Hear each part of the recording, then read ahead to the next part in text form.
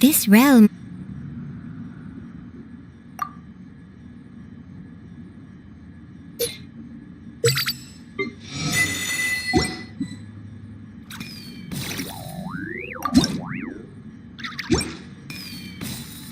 If you ever...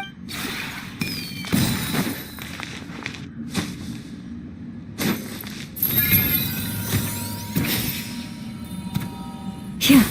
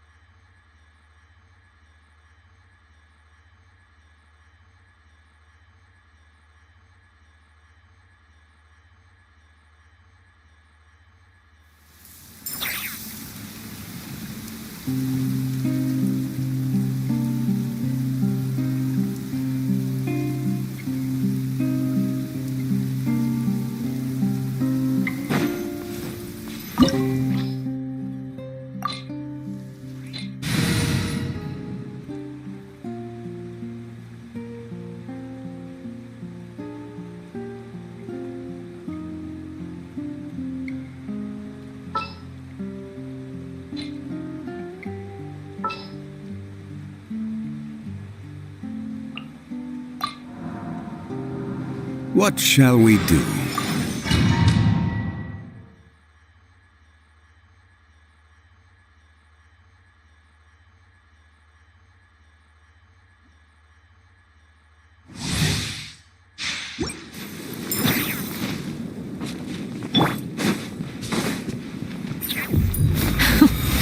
Afraid? Or do you not even have the courage to be afraid? Everlasting place. Is it Be my silent. turn now? Observe. With these rising flames!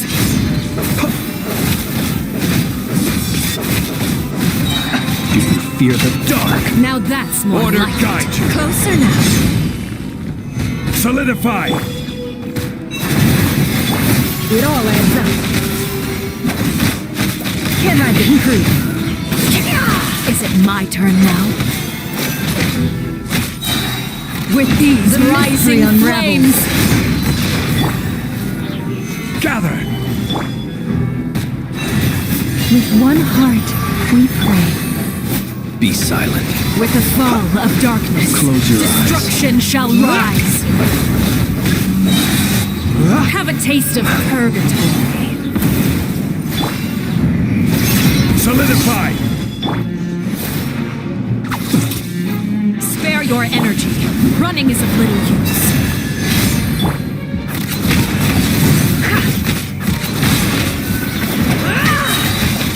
Seek within. Look at you. Trapped like a bunch of helpless animals. Is it my turn now? Observe. Solidify!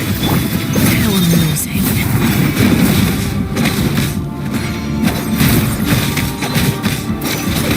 It all adds up.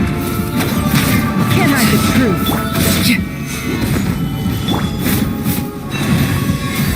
For the Closer. everlasting earth. How amusing. This is order.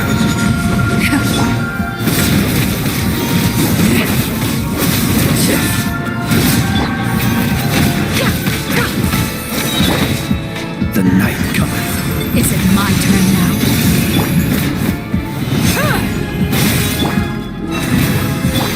The deception ends here.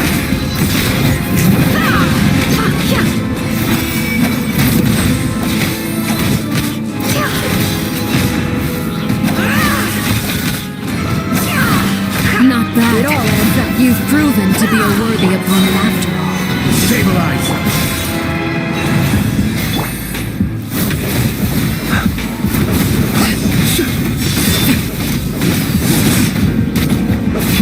The mystery unravels.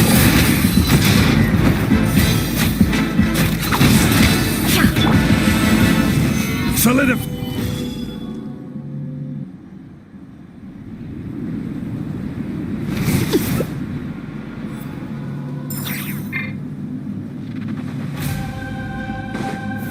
Kindness has been steamed away. No more lies. My blade is all that remains. Can't hide the truth. Leave this place with one heart. Stabilize! I will have order! Close your eyes. Night falls.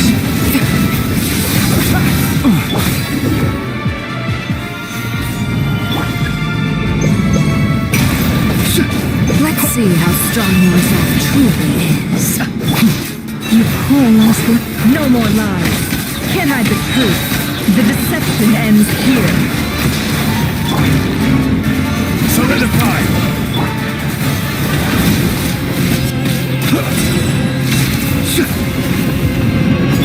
The sun and moon have set. Only ruin remains. All hope has been extinguished. Forest, protect us. By the frost moon of old. No more lies. Stabilize! Observe. Close your eyes.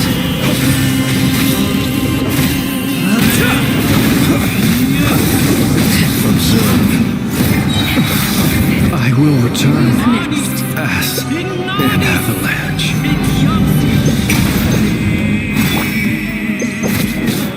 Your punishment made manifest.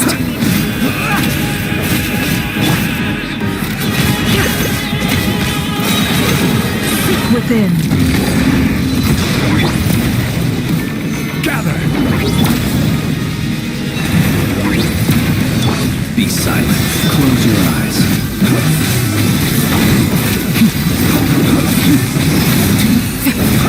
Be silent. Can't hide the truth. No more lies.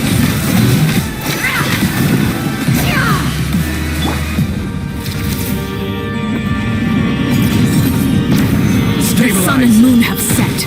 Only ruin remains. All hope is extinguished. Who's next?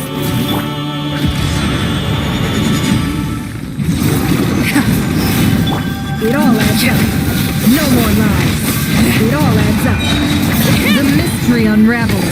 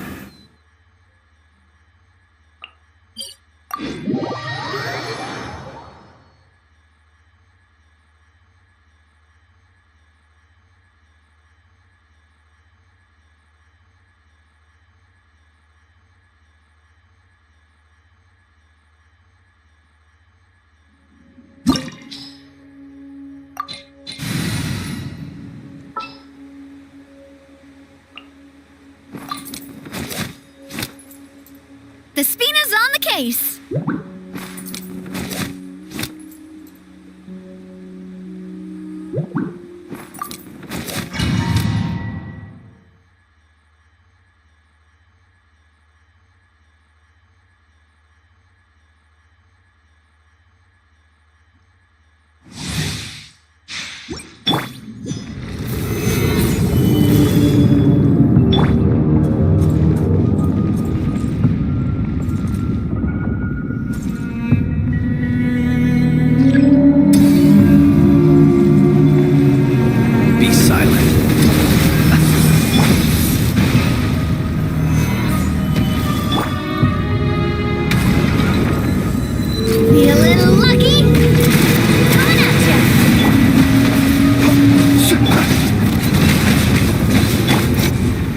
Solidify!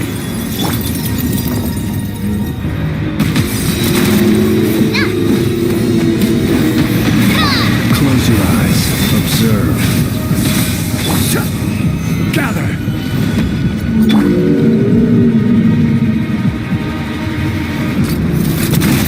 Coming at ya! Hiya! Close your eyes. Observe. Night falls.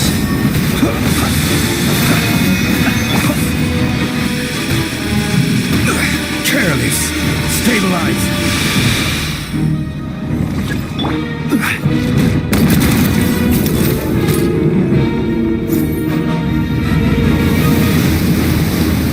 Be a little lucky!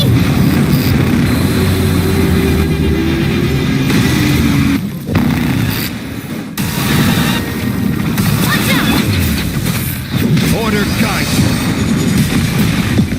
Solidify. Can't hide the truth. No more lies. Be silent.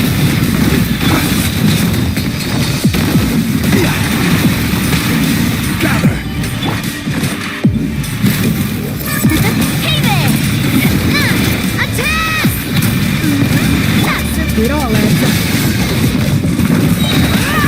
Seek within. Close your eyes. To dust. Solidify. Watch out!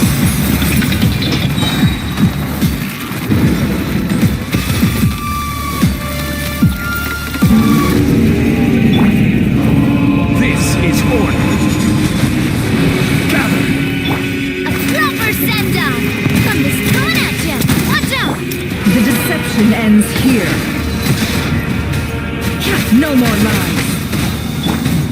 Beware the creatures of the night.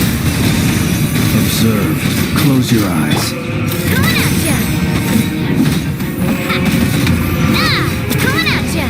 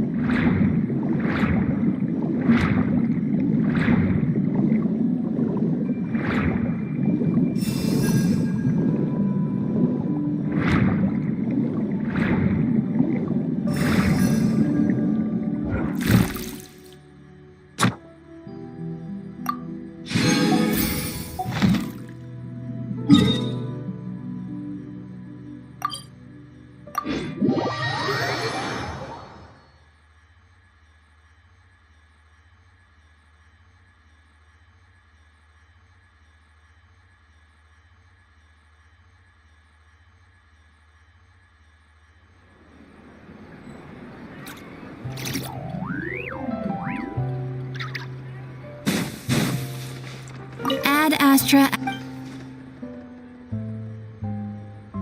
Thank you for completing today's commissions. Ad Astra.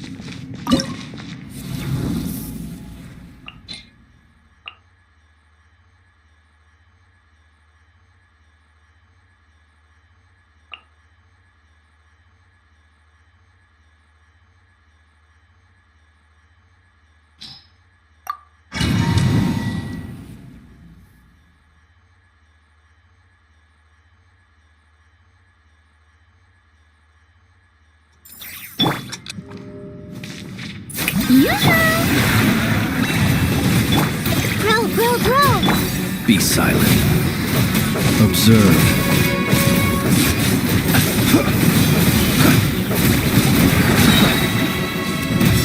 Do you fear the dark? Receive my blessing. Strike a pose! Close your eyes. Be silent. Do you fear the dark? Branch into song.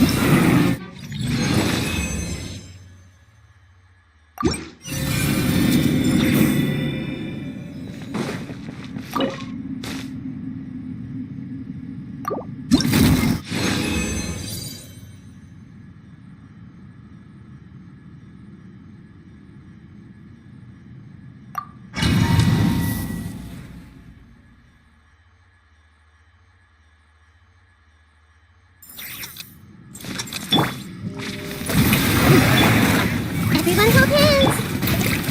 Your poor last life.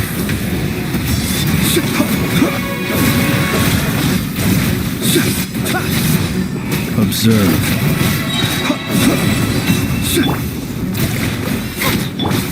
Committed to memory, the Temple of Wisdom! Be silent. Close your eyes. To dust.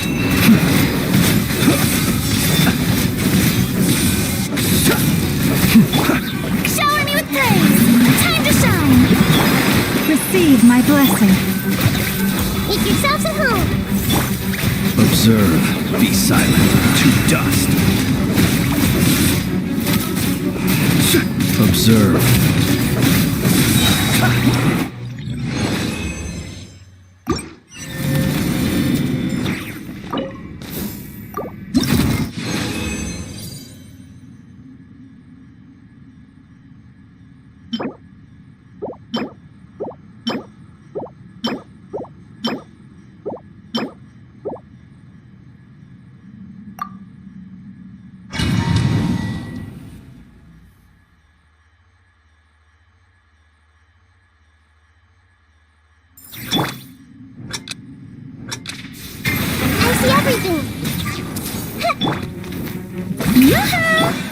Leave this place. Close your eyes. Observe.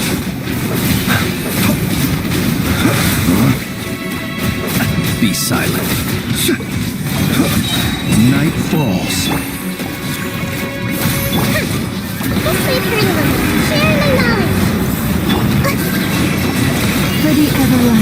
forest. Observe. Close your eyes. Night falls.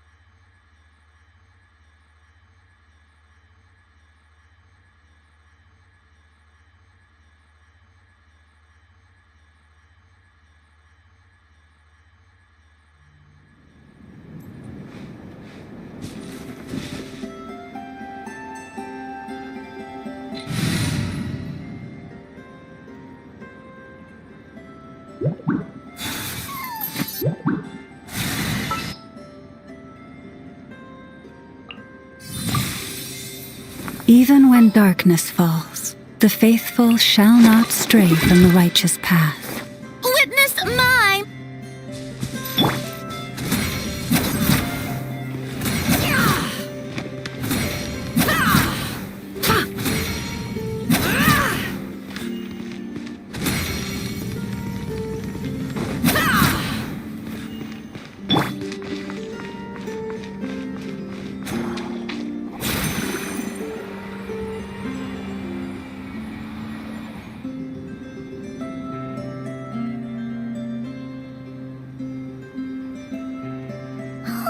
Do you think the others are making good progress? Hope it's all going smoothly. Oh, hey look! They made it back as well! Prince! Rama! How did it all go? All is well, thank you.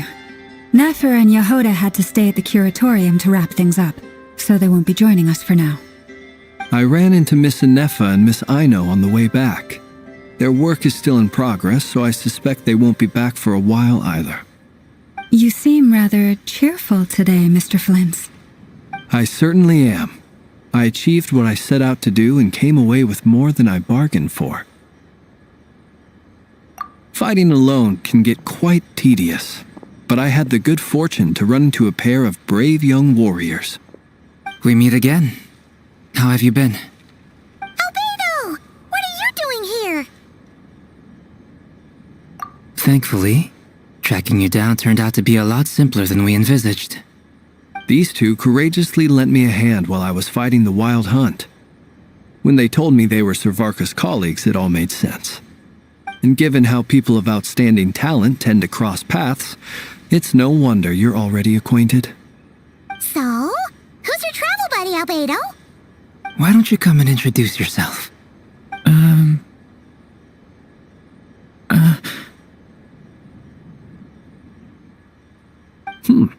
A gentleman of few words, I see, and a rather stern countenance. I presumed you were acquainted with him. Is that not the case? It's nice to meet you. Again. We've technically met before. Wait a sec! You're Mini Durin! That's right. It's me. I'm glad to see you again. By the way, he says it's okay if you drop the mini. Yeah, I'm not as mini as I used to be. Interesting, isn't it? The first step towards blending into human society appears to be reflecting on whether one's name really reflects who they are. Wow! You look so different! In a good way, of course. see you looking so healthy. Thank you, Paimon. And although you're as mini as ever, I understand that diminutives don't always convey endearment. I'll be sure to simply call you Paimon as a sign of my great respect for you. Wow, you're such a smooth talker now. Paimon could get used to this. From now on, you may refer to her as your esteemed guide, Paimon. Personally, I think our little Paimon is the perfect size. When people call her Little Paimon, it's just because she's so adorable that they can't help themselves. If that's not a sign of endearment, what is? You're absolutely right, Miss Lauma. My brother still has a long road ahead of him when it comes to understanding human relationships. Anyway, speaking of long journeys, didn't Columbina, leave with you? How come she isn't back yet? She's been catching up with old friends. Wouldn't be surprised if she stopped for a cup of tea or 10 on the way back. Uh-oh. People are talking about me. Hope it's nothing negative. Judging from your expressions, I'm guessing it all went well? It's getting crowded here. I'll go grab some chairs. No need. This is a job for an alchemist. I'll whip some up momentarily. Thank you for your hospitality, ladies and gentlemen, but I was merely escorting my friends back. I'll be meeting Sandrone shortly, as we still have some things to discuss. It's been a pleasure, everyone. But this is where I'll say goodbye. We really appreciate your help. Oh, come on. Spare the formalities. I'm just glad I could help out some true friends. I understand. Well, bye for now, Arlecchino. Oh, this place is hopping. It's probably a good thing one of us left. Otherwise, we might not fit all these people in. Are you saying we're about to run out of chairs? As a matter of fact, I am. Come on in and see for yourself.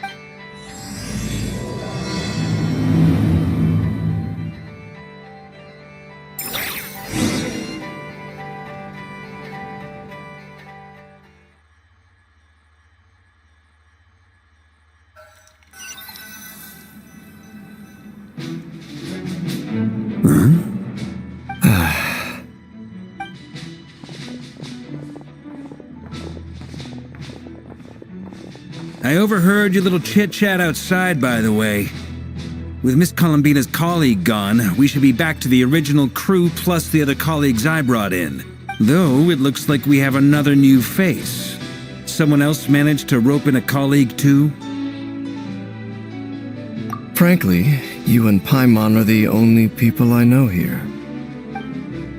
This here is Dainsleif, colleague of Teyvat's greatest guide, Paimon, and greatest adventurer, the Traveler. Well, not exactly colleagues, more sort of friends. When someone else jumps in to do the announcing, you know you're speaking to someone important. Let's hear what he has to say. Note to self. Once Paimon knows your name, the rest of the world will soon follow. When he comes looking for us, it's usually something important. Paimon's guessing you've heard about the Wild Hunt, then. From the looks of it, you're about to hold a meeting.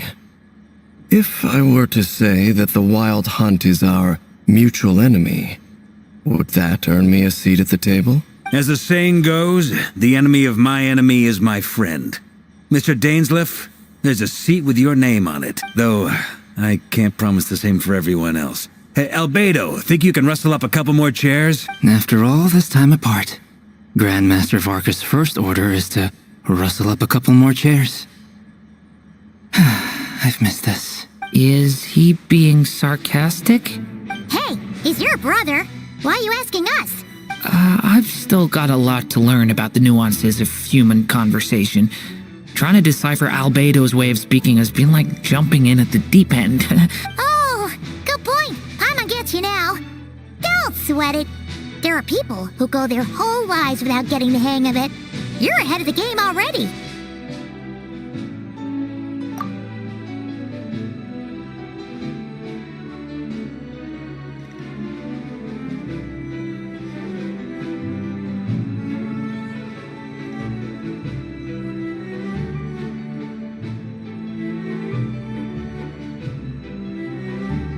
wonder what's taking Nefer so long.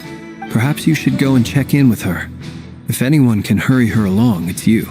I just got back from the curatorium. Besides, aren't you curious to see what's taking her so long? Miss Nefer doesn't strike me as the type to share secrets. And since gathering intel is her specialty, I'm guessing she'd prefer to keep her methods confidential. Under such circumstances, would it not be tactless for me to impose? Oh, but it's fine for me to impose. What can I say? You have an unrivaled ability to garner people's affection, Miss Moonchanter. Besides, you have far more in common with her than I do. All right then. Impressive. She barely fought back at all. I admire your powers of persuasion, my friend. As I'm sure Miss Lauma will realize soon enough, the trick in life is to always pitch in with other people's responsibilities so that you can be selective with your own. Another trick is to simply hide in the background. Spoken like a true sage. Anyway, looks like we've got some time to kill before the meeting. Let's take a little breather, folks. And feel free to chat amongst yourselves. We'll get down to business once the other two arrive.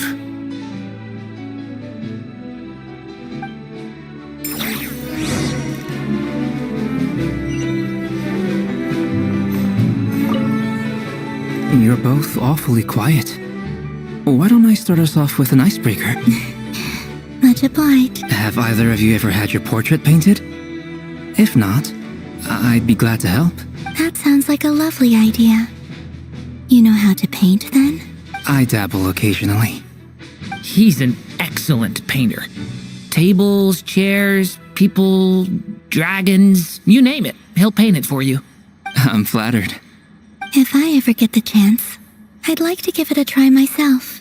I'll bear that in mind. Anyway, how about you, Durin? What sort of portrait would you prefer? Oh, I'd be fine with anything. Whatever style feels best to you. Very well. Then I'll play it by ear. You can replicate any style I want. I can try. If you show me a sample, I'll do my best to match it. Thank you. In that case, I'll dig up some reference material for you.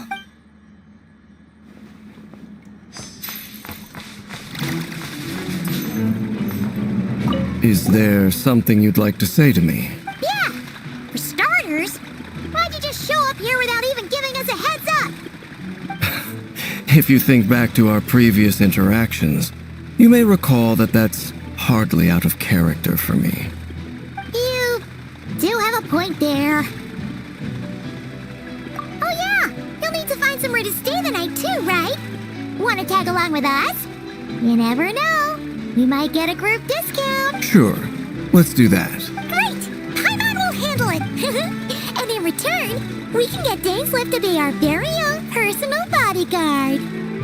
If that's what you had in mind, you should have said so sooner. I'd be happy to help. Oh, okay then. Paimon was only kidding, but good to know. Anyway, since we're all here together, we might as well watch each other's backs. That's just what friends do, right? Indeed. Thank you.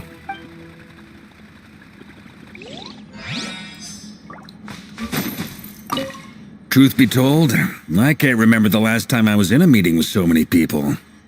You're not alone there, my friend. The Lightkeepers also struggle to bring everyone together for a serious discussion. I don't doubt that. I've only ever met two Ratniki, one being you, and the other being that young guy, Itlua. Itlua is a good apple. I'll give him that. He's kind, honest, and regularly delivers supplies to my lighthouse. A true Ratnik to the core. In that sense, he puts me to shame. So you're what? A fake Ratnik? That's what it sounds like you're saying. But I get the feeling that's not quite what you meant. Come on, why the awkward silence? Sorry. I'm not even gonna bother trying to hide it. You've known all along, haven't you, my friend? Now that was an awkward silence. Let's just keep this between ourselves. Probably best if Itlua doesn't know, huh? That goes without saying. Gotta be careful what you share with youngsters, after all. Anyone else in the know? Let me guess. The Traveler and Paimon? It's dangerous being too sharp for one's own good, you know. Then, in the name of the Animo Archon Barbados himself, I swear, your secret's safe with me. When we went for drinks, you said that you and Barbados were practically best buds. In the light of that claim, do you really expect me to take your oath seriously? Of course. Just as long as you don't go spreading around the fact that I'm close with Barbados, all right?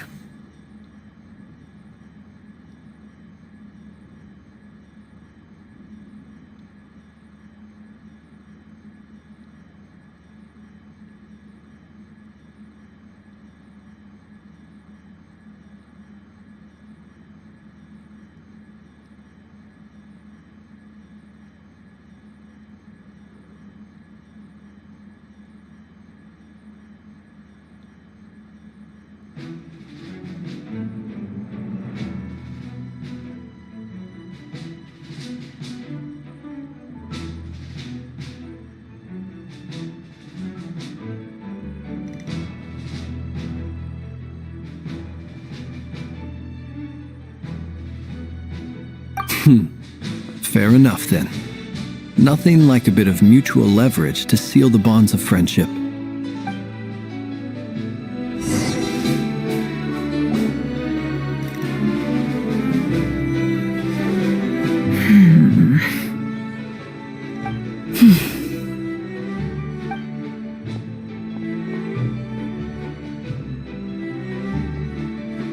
Ah, Miss Nefer. You made it after all. But what about Yehoda? I'm here to give you an update on how things are going on our end. Once this is over, I'll be heading straight back to continue my work. I left Yehoda back at the curatorium to watch over things while I'm gone. So much for just this once.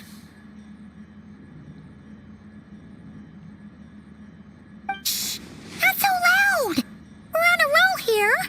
What if she remembers and suddenly decides to back out? Did you say something, Mr. Varka? Huh? I didn't say anything. Right, Flint's? Must have been a frog. They get so noisy around here at nighttime. It's like they're putting on a concert in the background. Anyway, before we begin, there's a few introductions to make. Let me start by saying that it's an honor to be speaking before so many distinguished colleagues and collaborators. First up, we have Miss Lauma.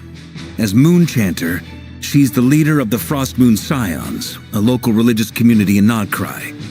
Then there's Miss Nefer, boss of the Curatorium of Secrets, an intel gatherer extraordinaire. Nefer is leading the investigation into Rerir's background, assisted by Yehoda and Lauma. From the little I've heard, they're making some great progress. Over here, we have Mr. Flint's, a ratnik and guardian of the abandoned lighthouse. In our last operation, he courageously distracted the Wild Hunt to buy time for the rest of us. For those of you who've never met, this is Mr. Albedo, a renowned alchemist and captain of the Nysa Favonius investigation team. By his side is a new face for us all, myself included, Mr. Durin, who has come to lend his aid. Next up, we have the Moon Maiden and former Fatui Harbinger, Miss Columbina. Then we have the Traveler, who's earned more titles than I could possibly hope to list out, so I'll spare you the rundown. And Paimon, the ultimate travel companion and quite possibly the best guide in all of Teyvat. Wow! That's a lot of people!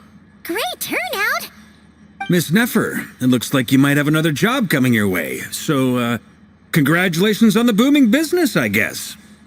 You think I haven't got enough on my hands as it is? Who's looking for me now? That would be me, Miss Nefer. I have a commission for you. And you are? Who I am doesn't matter right now. What does matter is that I'd like you to gather more intelligence about the Rerir of Solnari. Well, it's not as if we never take on anonymous commissions, but in your case, I'll have to decline. I'm gonna take a wild guess and say your job's probably more hassle than it's worth. Something about you seems like bad news. It's my eyes, isn't it? Conrian, I assume. And what's with the mask? Are you trying to hide your identity? In any case, the fact that you're even still alive raises an awful lot of questions for me. My name is Dainsleif. And yes, I am from Conria. As I'm sure you're aware, the Rerir of Solnari's real name is Rerir. He was once an acquaintance of mine.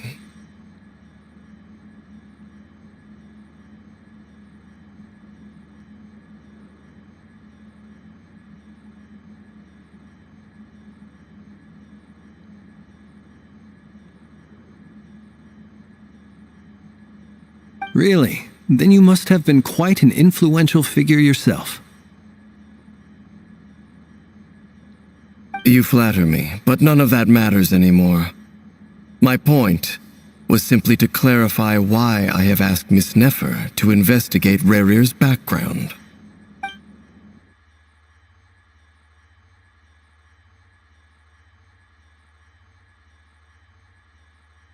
So you're both from Conria, and it sounds like you used to be friends? What am I missing here? Surely you already know how he became one of the 5 sinners.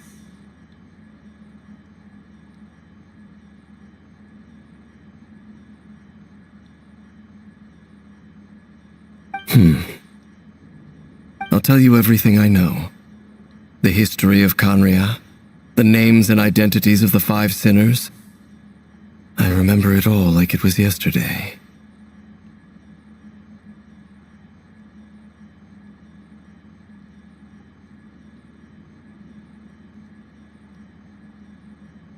I have never spoken openly of this before, but the truth was exactly as people say.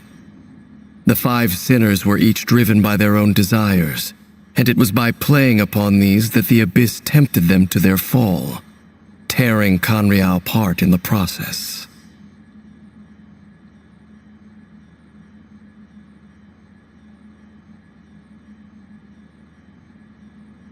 The visionary, Vedifenir, who wished to foretell the future. The wise, Haroptatir, who sought limitless knowledge.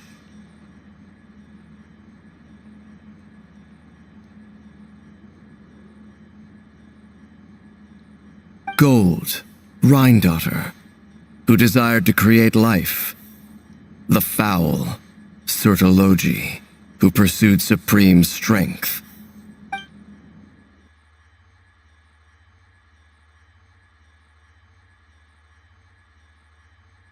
And last, but not least, Rerir of Solnari, Rerir, Ravager of the Moon.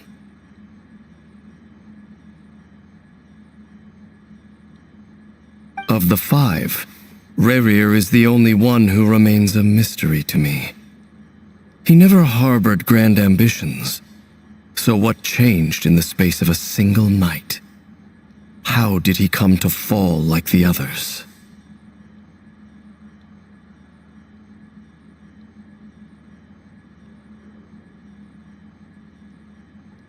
In other words, you're saying that his change came as a shock to you, and you have no idea what actually happened?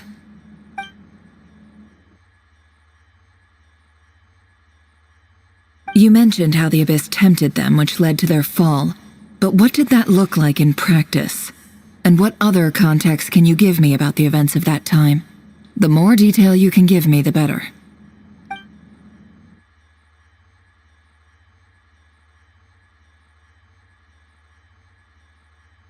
Strangely, now that it comes to it, I hardly know where to begin. The fateful night took place during the era of the Eclipse Dynasty. One day, my elder brother, the visionary, Vedifenir, was summoned to the palace by the Vinster King, only for the king to gouge out his eyes and cast him into the dungeons.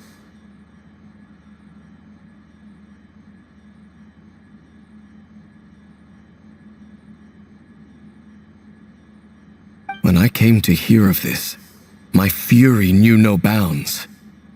I gathered together every ally I thought I had, and together we set a night to storm the palace and free Ved.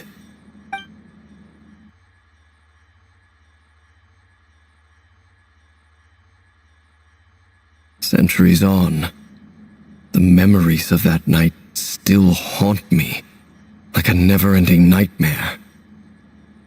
We broke through the palace gates, just like we had planned, each striking towards our separate targets.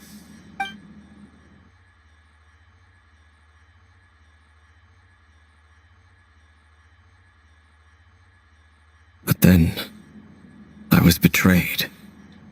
Even Vedafenir, the very person I had come to rescue, abandoned me and partook of the Abyss's power.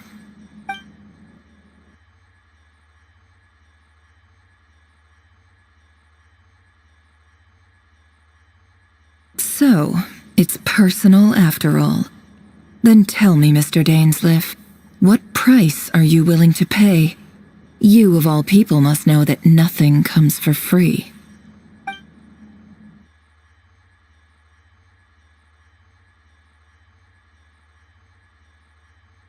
I cannot say what price would be worthy of such a commission. But know this: Rerir was not always a madman. Believe it or not, there was a time when he was just an ordinary man, working for the Conrian Intelligence Service.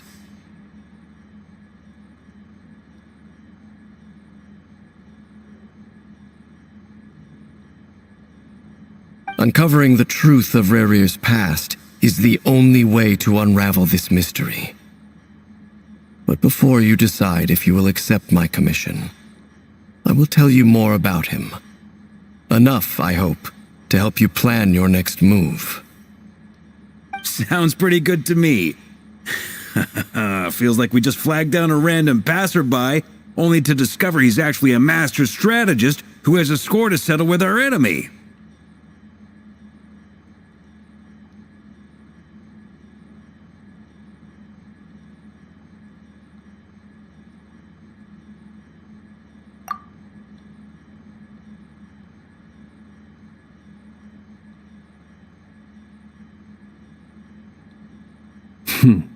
Can I borrow your halo? It could be useful in the lighthouse.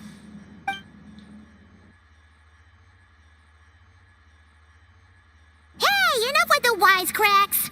Besides, isn't that lamp of yours bright enough already?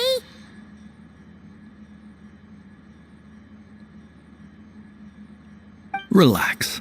It was meant to be a compliment.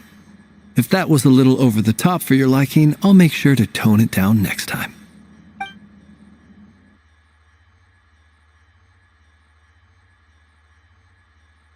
I'll give your proposal some serious thought, Mr. Dainsleif. Let's speak in private once the meeting is over.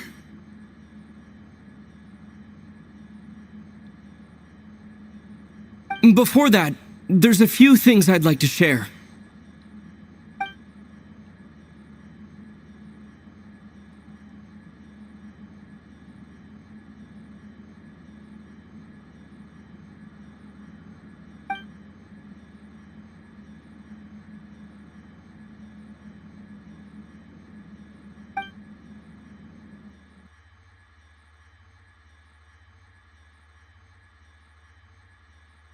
Now that we've united the hearts of the three moons, your power should be greatly enhanced.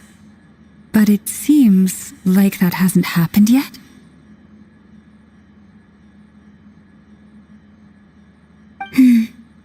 I believe it will take a little longer. You've done so much for me, so I want to be completely honest with you all. Even though I'm doing a lot better now, the truth is, my recovery will likely be an ongoing process.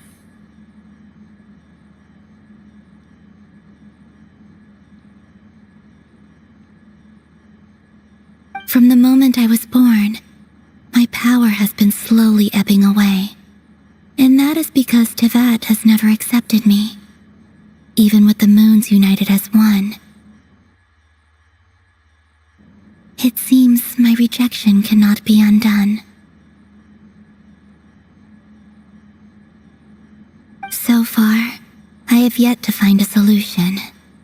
It may turn out to be a problem that will plague me until the day I finally leave this place behind.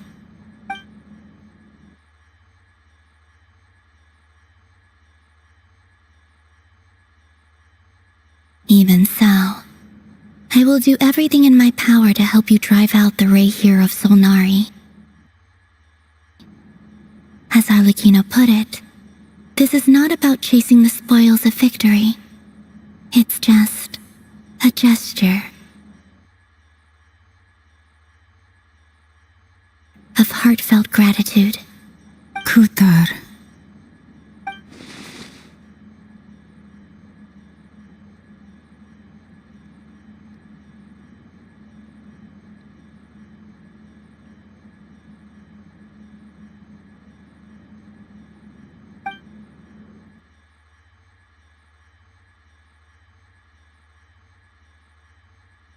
Defeat. Naturally. We should take all the help we can get if we hope to defeat. We've considered several viable plans now. Is it even possible to kill Rerir? What experiences shaped the person or monster he became? And what's he really after? Given Albedo's expertise in alchemy, I think we should leave him to try and answer the first of these questions.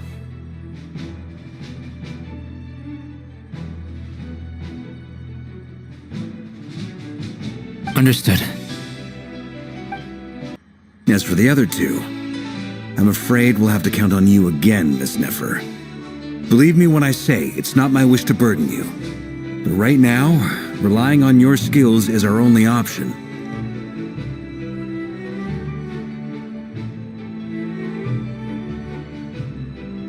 So you're placing all your hopes on me, huh?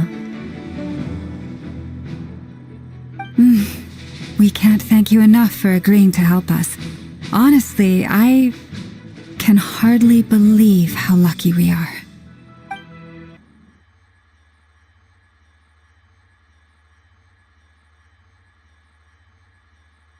You sure have a talent for changing your tune, Miss Moonchanter. Timid like Yehoda one moment, then flinches insincere flattery the next. Ladies, please. I must object to your portrayal of me. That's all. Feel free to keep bickering. Just pretend I'm not here. I almost don't want to leave this room. I'm curious to see how this plays out. I have faith in you, Miss Nefer. Something tells me you'll stand by us until the very end.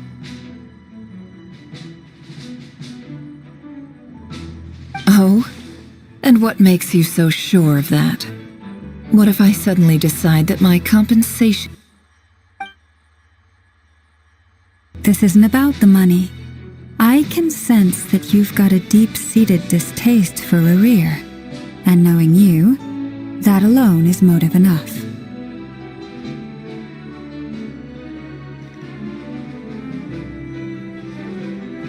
Look at them getting along so well. Like two peas in a pod.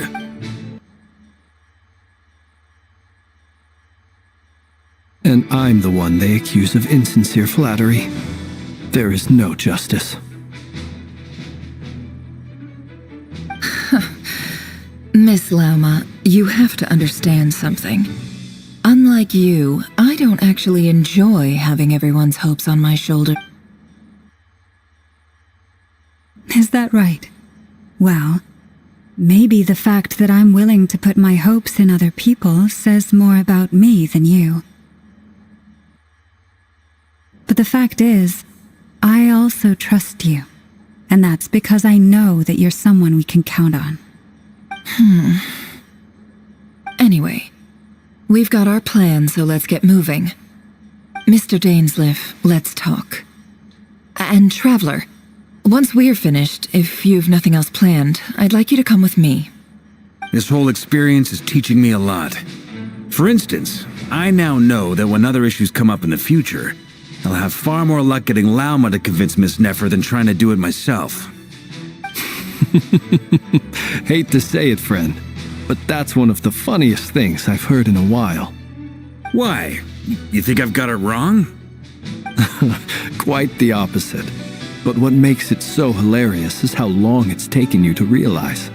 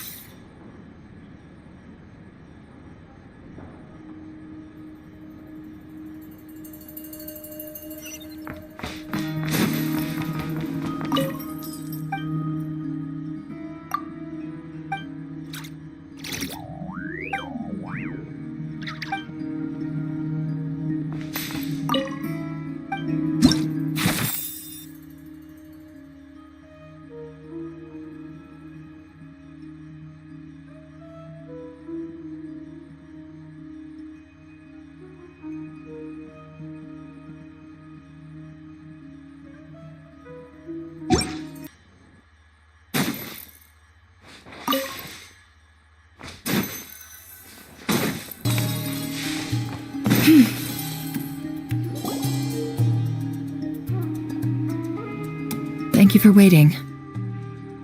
It's okay. We actually used the time to help Dainsleif get a room at the hotel. Now, I trust you share my curiosity about Rerir's past, and you seem fairly familiar with Mr. Dainsleif already. We spoke at some length after the meeting. He was the one who suggested I should invite you to join this operation. He feels confident that these secrets will be safe with you. Likewise, I appreciate that you got right on board without interrogating me about why I invited you. It shows That's because we know what you're capable of. We appreciate you too, Nefer. You might have been forced to help in the beginning, but this time, it was your choice. That's one way to put it. Another is this, that once a decision's been made, it's set in stone. After that, my only goal is to see it through. Alright, so here's how it is. I'm going to access Rerir's thoughts again using my confidential method. Now, I'm sure you've seen things like this before on your travels, so you're sure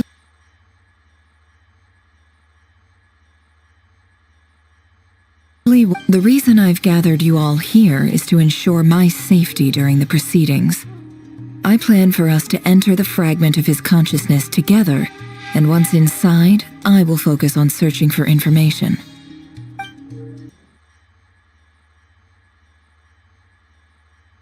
Think of this as a diving expedition into someone's brain. If I'm the diver, you are my safety equipment. Tasked with keeping me alive while I'm under the surface.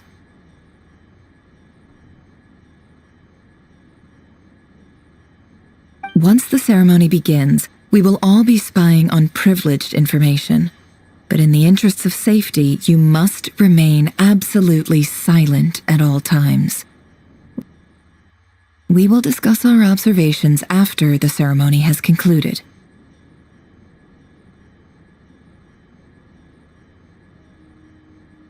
Lastly, any individuals of a weaker constitution are advised not to partake in the ceremony. In any case, Paimon has her own job to do, which requires staying in the room but not joining the ceremony.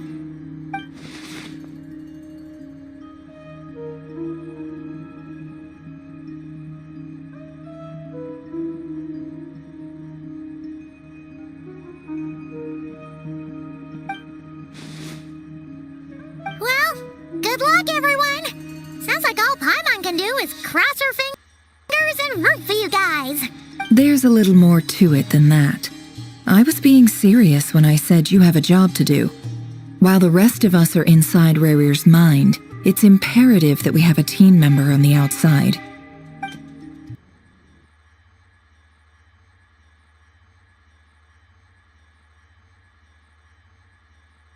In the event that something goes wrong, you will be our first responder. I don't anticipate any issues, but the extra level of safety will be greatly appreciated. I second that. This is a dangerous operation here, and you're our whole rescue team. That's pretty much the most important job in the crew. So, Paimon's like the lifeguard? Yeah, that makes sense. Right, got it. Good. Please, take a seat. We'll get started momentarily.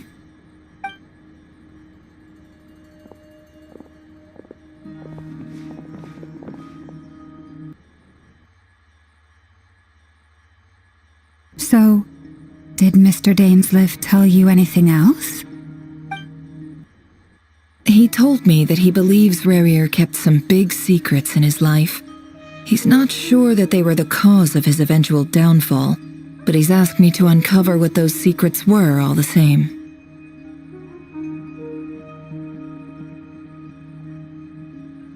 But surely you're not planning to go through with this, no matter the cost. If you think that, you'd be overestimating me. I'm a businesswoman, not a mercenary.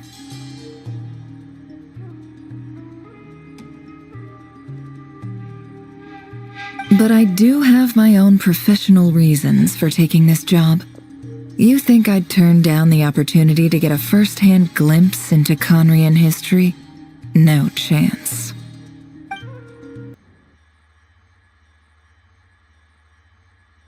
Well, as long as you don't let morbid curiosity get in the way of safety concerns, we're good. We'll do whatever we can to help you.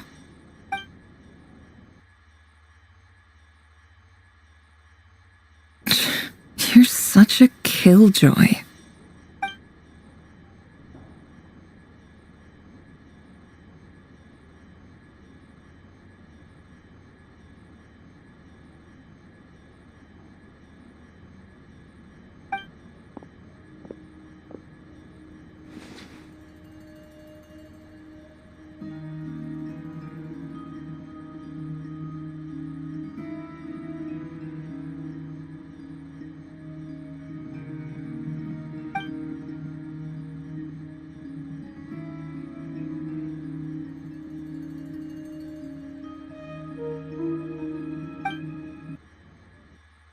All right, I'm good to go.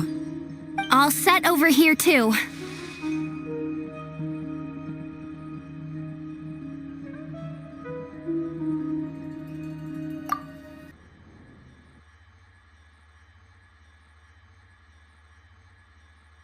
Promise, Paimon, you'll be extra careful.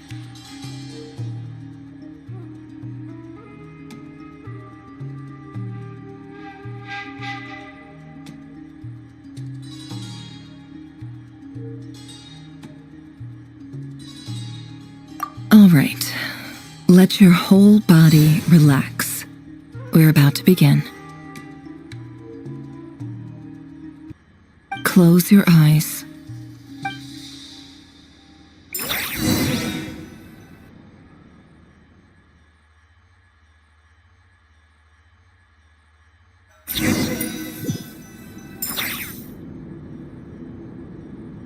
Phew.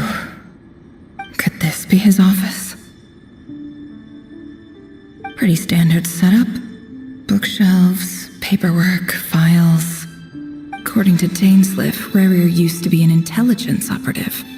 Chances are there's plenty of top-secret intel stashed away in this room. Is this where you keep your secrets, Rerir? Can't say I'm not looking forward to this.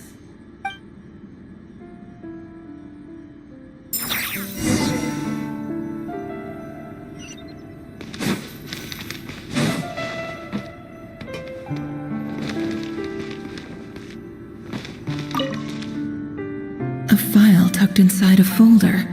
The title reads, Dear Breakfast Shop Owner. It's a list of names, but at this stage I have no idea who any of them even are.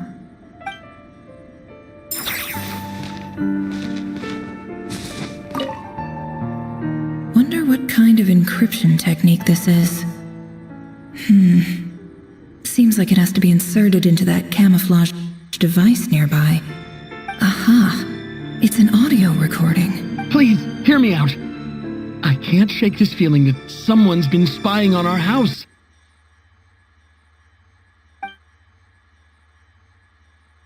I saw someone dressed in all black. It was a couple of days back, but that was on another street, not near my house. I swear, I know what I saw! There's a note in the margin. Surveillance of the Runforther residence has concluded. We apprehended the target and filed the mission report last night. Could the voice in the recording belong to one of Rerir's targets?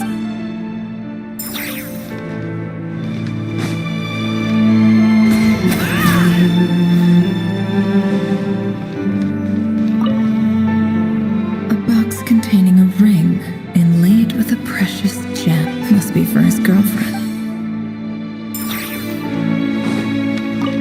He looks even gloomier than last time. I wonder what's changed.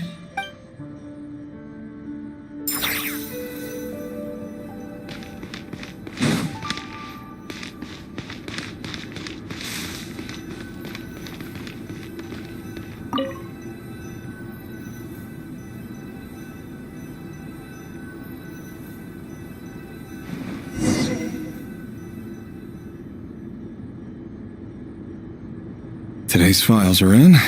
Time to wade through them, just like usual.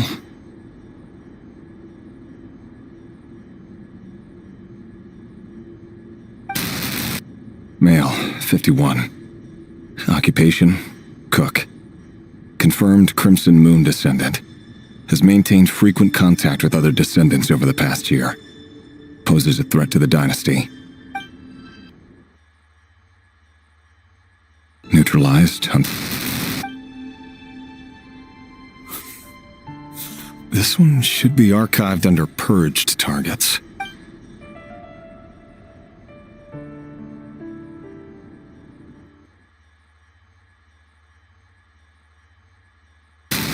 Female, 23. Occupation, office clerk.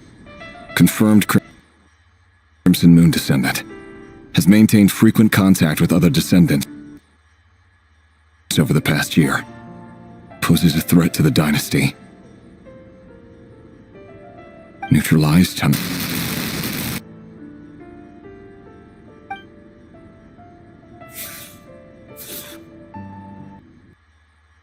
Another one for purged targets.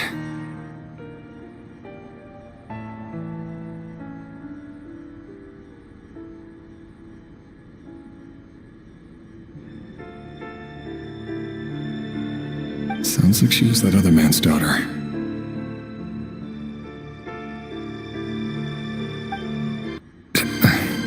Never mind. What's it got to do with me?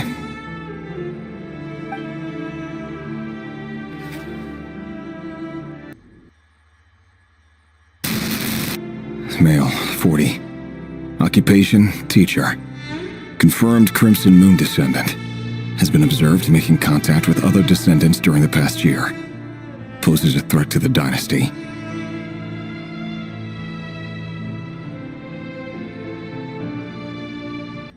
Neutralized on...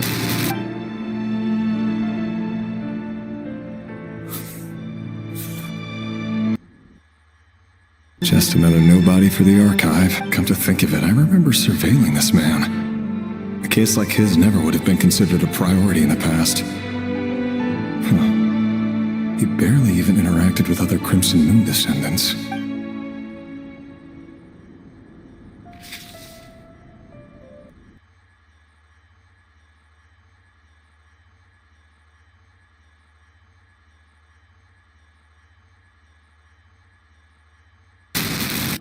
Female, 16.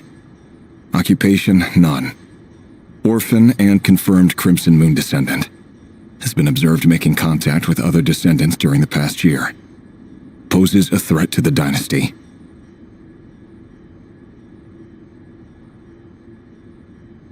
Neutralized on...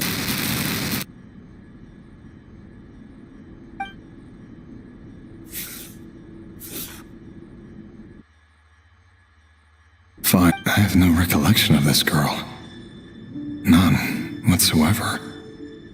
She doesn't seem to be anyone important, but then again, how many of them really are?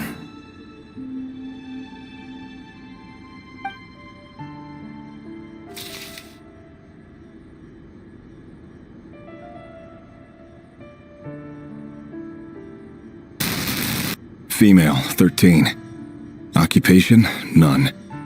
Orphan and confirmed Crimson Moon descendant. Has been observed making contact with other descendants during the past year. Poses a threat to the dynasty.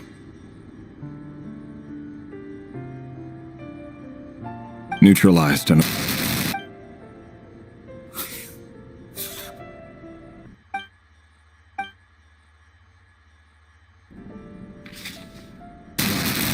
Male, 11. Occupation, none. Orphan and confirmed Crimson Moon descendant. Has not been observed making any contact with other descendants during the past year. Poses a threat to the dynasty.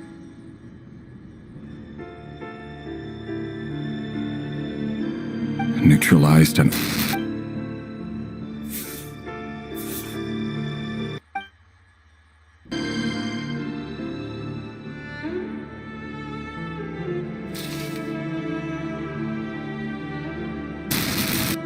Male, 6. Occupation, none. Orphan and confirmed Crimson Moon descendant. Poses a threat to the dynasty.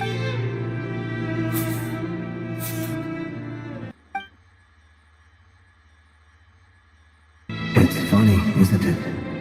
Your job is becoming both harder and easier at the same time, depending on how you look at it.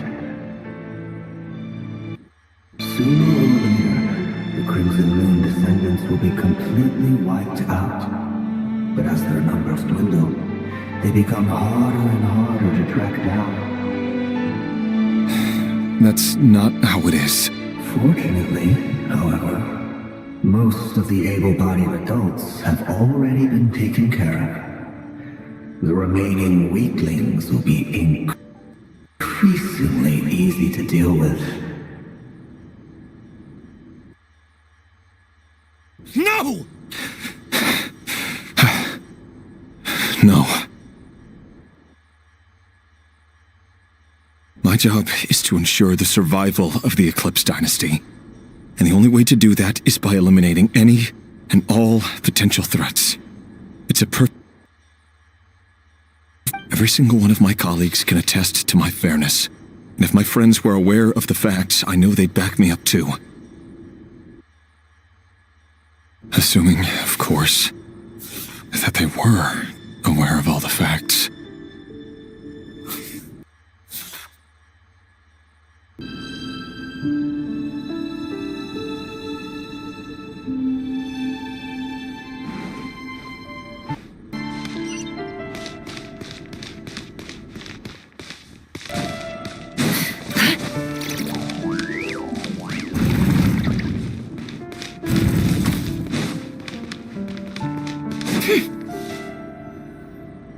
Mr. Vedafelnir, it's been quite some time since we last met.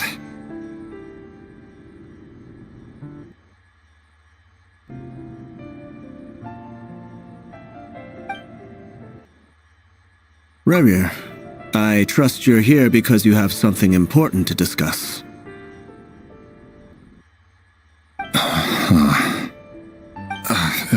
Forgive me. I wasn't tuning out, it's just, I noticed you didn't even phrase that as a question. As if you knew I was coming.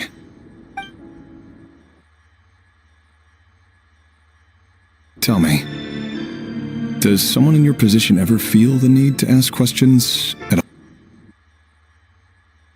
all? It is indeed within my power to foresee certain things. Things like your arrival.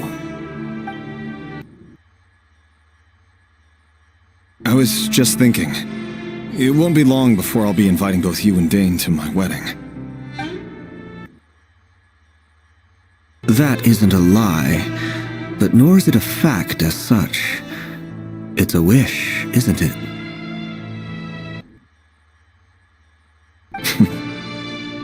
No fooling a prophet, is there? Ever since that day we met for drinks, I knew it was only a matter of time before you came looking for me. Does it feel good? Knowing how the future will unfold. I'm afraid the notions of good and bad fail to capture the complexity of what such a power entails. Once you've seen what will come to pass, it can be all too easy to succumb to fear and melancholy. Unless, of course, you learn to abandon these feelings.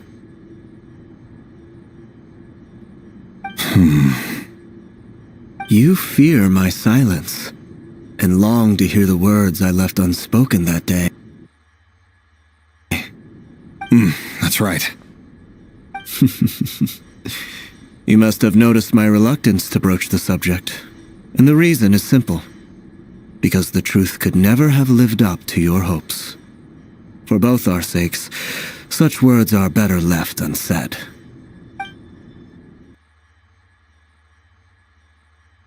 The burden of prophecy was never meant for your shoulders.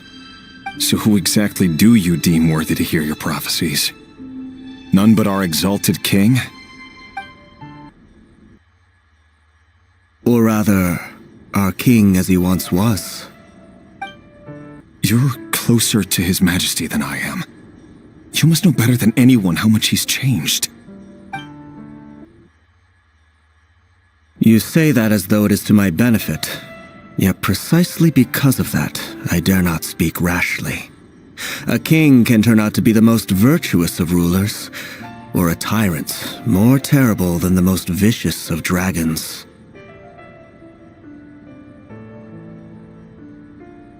You are so wise and far-sighted, yet still you would have me live in fear of the unknown?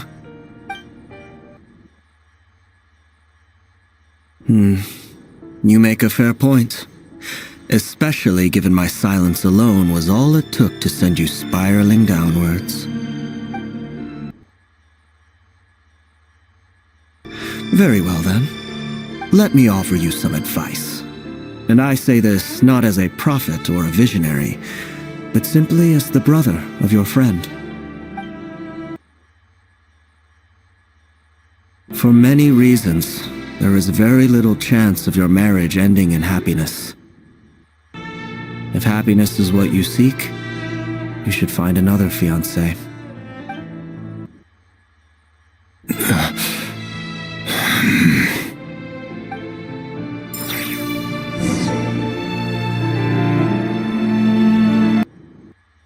Hold on. There's that same black fog again. Could this memory belong to Thelindis? Guess I better... Wait. Hear me out. This time we finally got a clear look at his face and learned his true identity. His name is Rerir, and he claims to be one of the king's guards. What did you say? A cruel irony, isn't it? The man you're set to marry leads a double life as a brutal executioner. Why are you telling me all of this now? Simple. It's because I want you to kill him. You are the only person he would never suspect. No, absolutely not. I would never dream of doing such a despicable thing.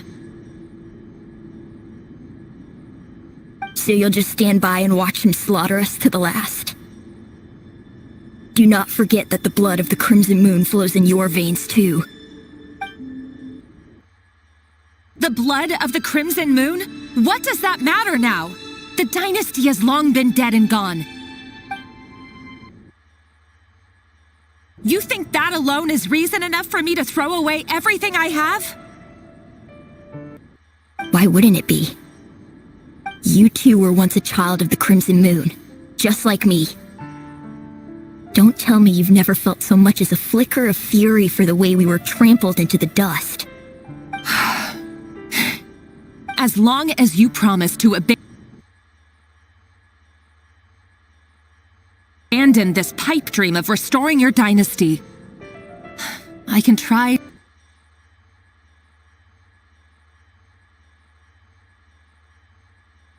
to persuade him. Or have him persuade the Vinster King. Persuade the Vinster King?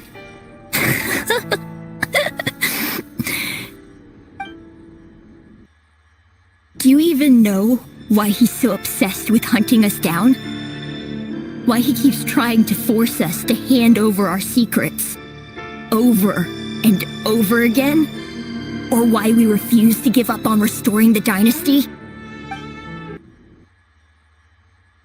The Vinster King. A blind fool. His eyes clouded by powers from beyond this world. A petty little man with a miser's heart. And he dares to sit upon the throne? Mark my words. Sooner or later, Conria will fall. And it will be his doing. If you can't bring yourself to do it, so be it. Just you watch. It won't be long before calamity descends upon us all.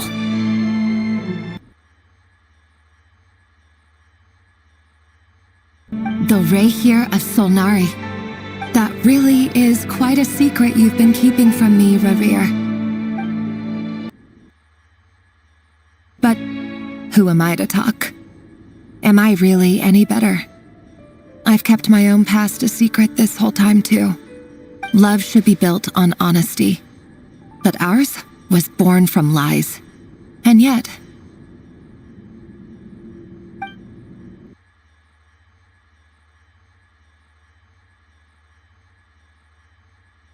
Is it really so wrong to hide things that would only make life harder? If we don't cover up the parts that no one else should see, how can we go on pretending to be normal?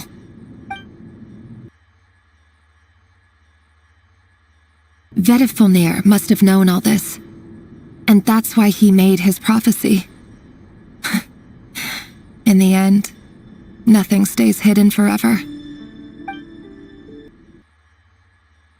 But I won't just sit by and watch this disaster unfold. I'll do everything in my power to protect what I cannot afford to lose. No matter who I have to face.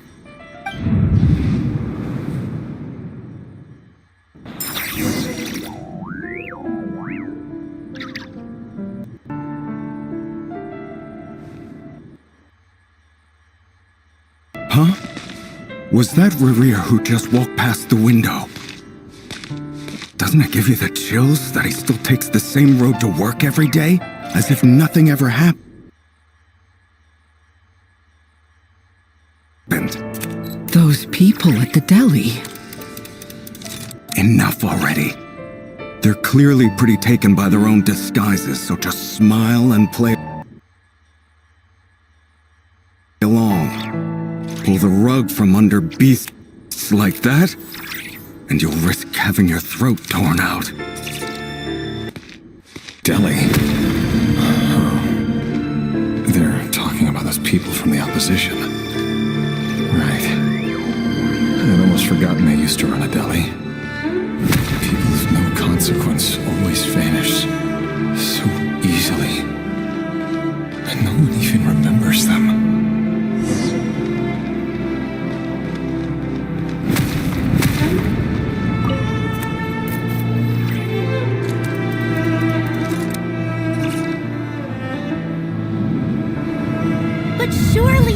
He's not the man he pretends to be.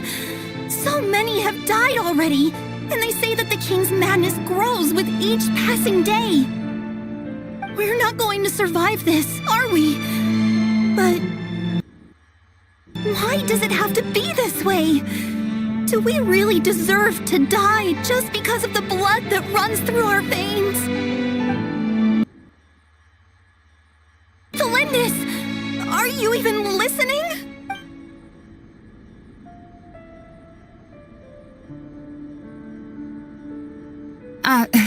Sorry, Freether. My mind was off wandering. I heard you, though. You're talking about what Rerir said. He's just following the king's orders. He's a secret agent, and it's his job to hunt down rebels and dissidents. By the time you first met him, he'd already taken lives. Maybe he was using you from the very beginning.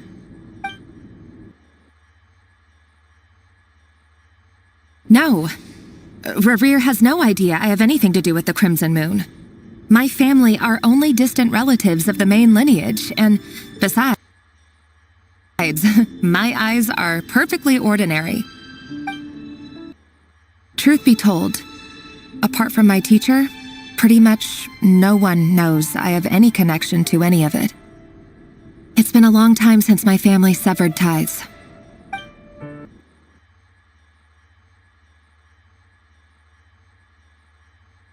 But as Orlog said, who could possibly talk sense into that raving lunatic of a king? No one. I'll work something out. Trust me, I'm with you all. But for now, you need to keep yourselves hidden. Don't let anyone find you, anyone at all. Don't forget that Rerir is an Eclipse operative. You need to be extra careful when he's around. And when I am too.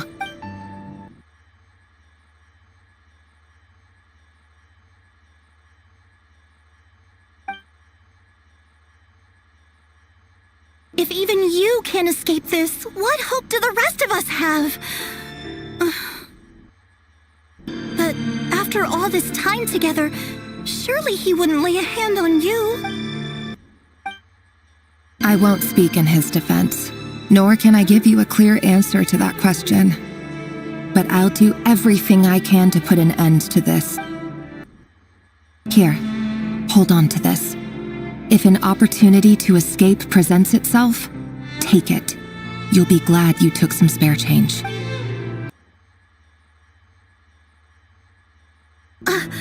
You call that change? But what about you? I've got a job, and there's still money coming in. But you can't go anywhere right now. Please think about yourself for once.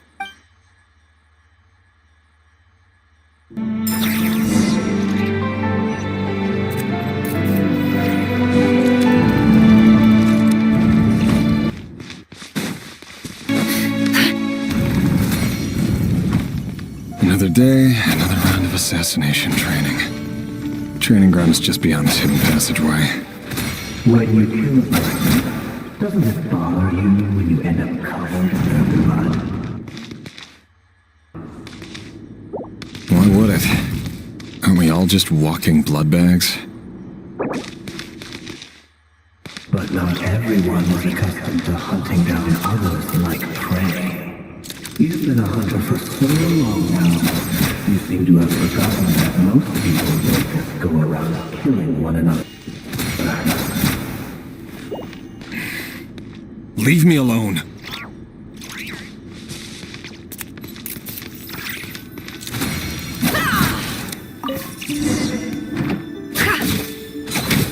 Make sure you have a firm grip on the handle.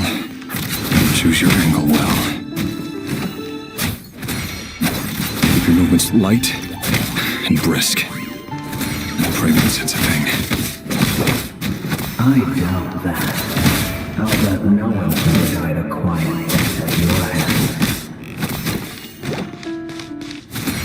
I work clean. No traces.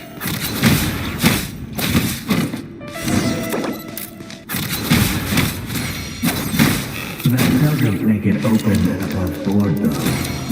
The king just happens to need you right now. Someday he doesn't. That won't happen. You see, ever since he fell under the spell of that power, in the beginning, he only had you take out a handful of the guilty. But now... The ones I've dealt with have always been guilty, and I've carried out my work flawlessly.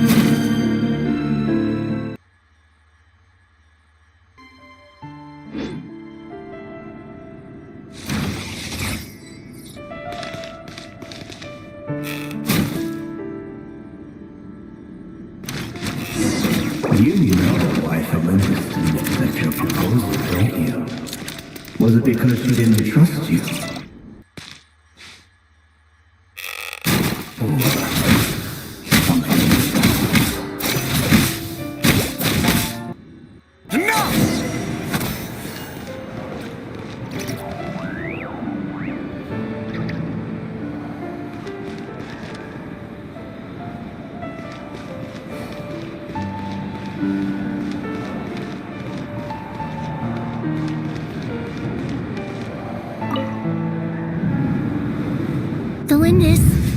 Do you still remember Orlog?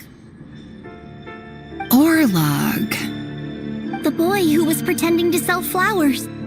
You spoke for quite a while, didn't you? Yes, we did. What about him? He was arrested 2 days ago. Chances are he's already dead. I just don't get it! After everything he's done, why do you still stand by him?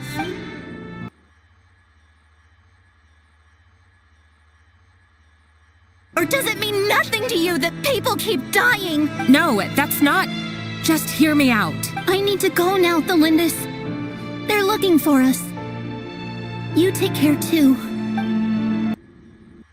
If you ever need a place to hide, come find us.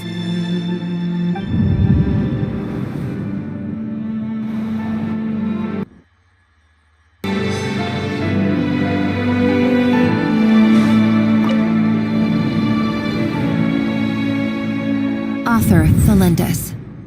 Over the course of this week, the research object was subjected to interference for a total of 47 hours for experimental purposes.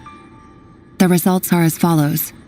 All subjects of observation that were sent inside have now... The situation within is proving more problematic than anticipated. No progress whatsoever. What now? Won't you give me even a glimmer of hope? Things are getting worse by the day. I have to find a way or we'll all be in danger.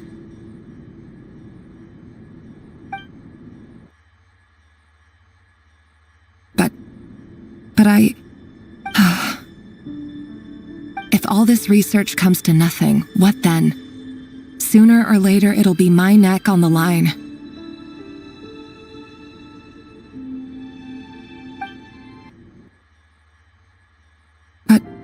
Could he really bring himself to kill me? No. Surely he wouldn't have the heart.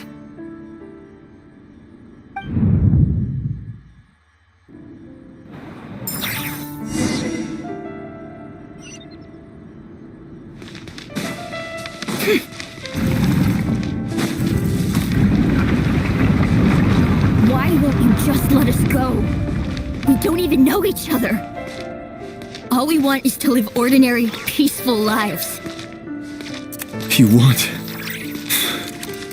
to live?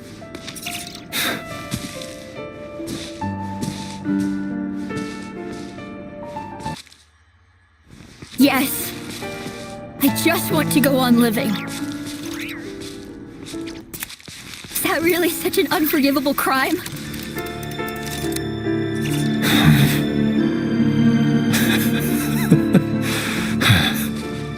You want to go on living. I want to keep living too. To keep living forever. That's why I have no choice but to continue on the path I'm on.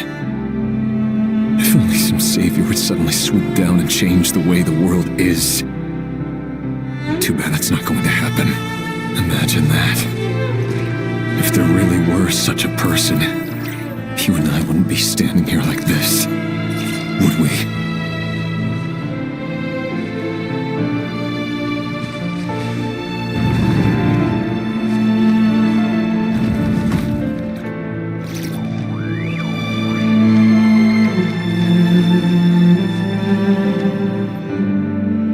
Today's files are in. Time to wade through them just like usual. No, I don't get tired of it. It's my job. And not only am I lucky to have it, I'm good at it too.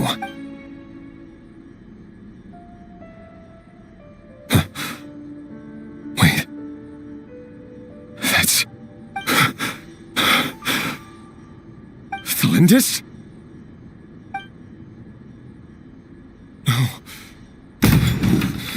No. No! Why? But you bear no mark of the Crimson Moon. How could you possibly have anything to do with them? It cannot be! A diluted bloodline. Carefully concealed. I see it now.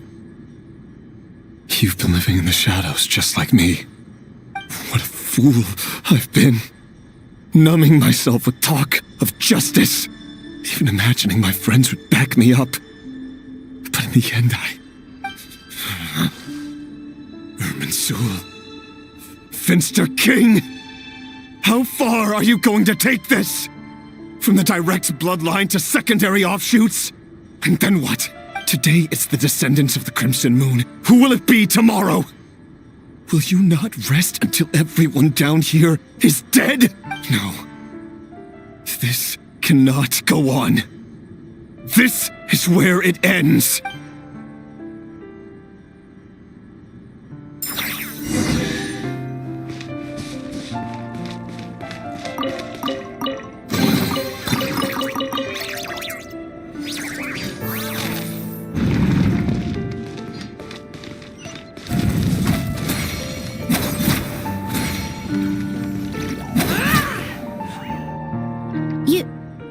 You're really letting me go? I am. As long as you can guarantee that no one will find you. Don't worry, I'll be extra careful. No one will know I was here. But what about you? If you let me go, you won't be able to complete your mission, will you? Good point. In that case, maybe you should stay. No, please!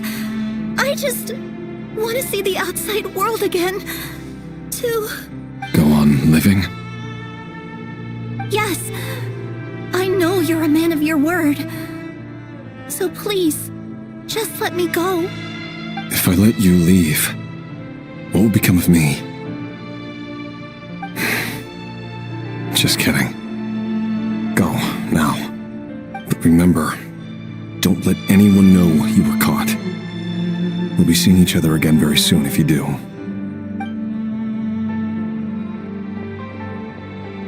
Even shadows in the dark must live by a code. But you can't save everyone.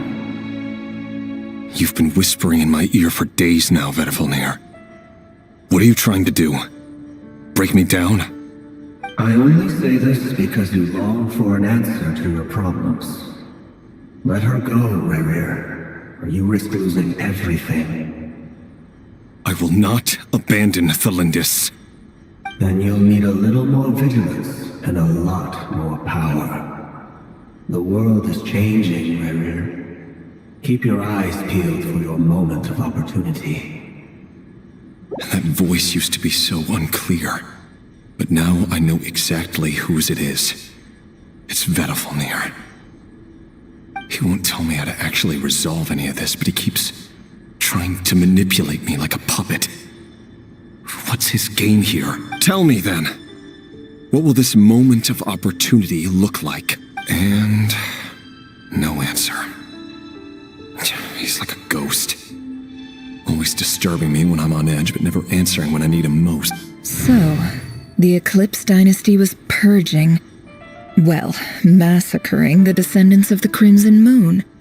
And it seems like it was all connected to the Vinster King's research. The King's obsession with abyssal power left the future of Conria hanging in the balance. No wonder every aspect of Rerir's life was so unstable.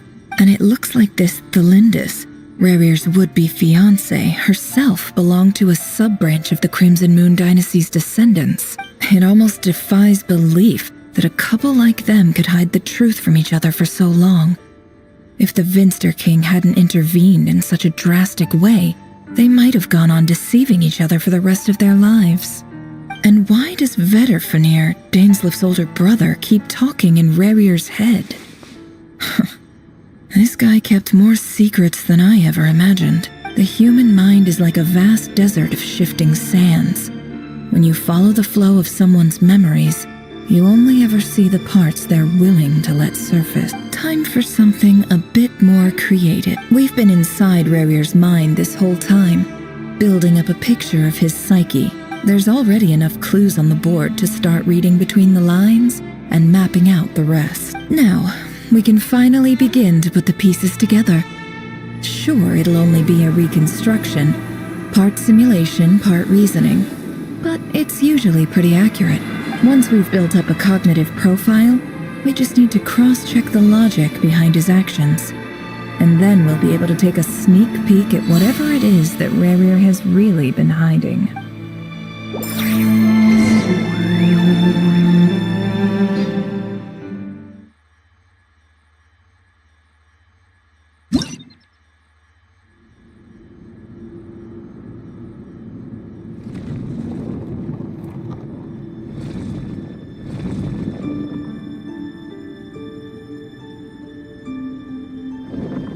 Rerir, are you there?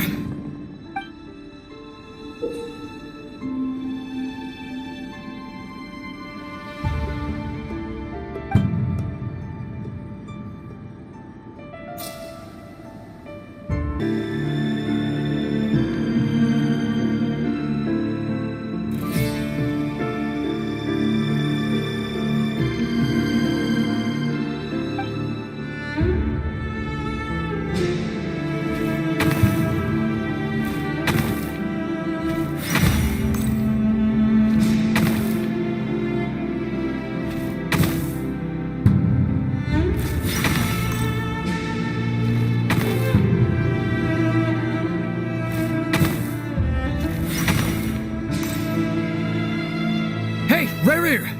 Come out, it's urgent! Dane? What's wrong? Quick, come with me. I'll explain everything once we've met up with the others.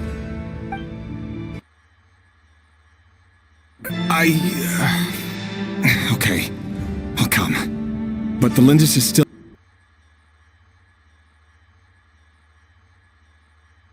over at the Universitas. I'll need to leave her a note. All right then, but make it quick. I've never seen Dane so worked up before. Whatever this is, it must be big trouble.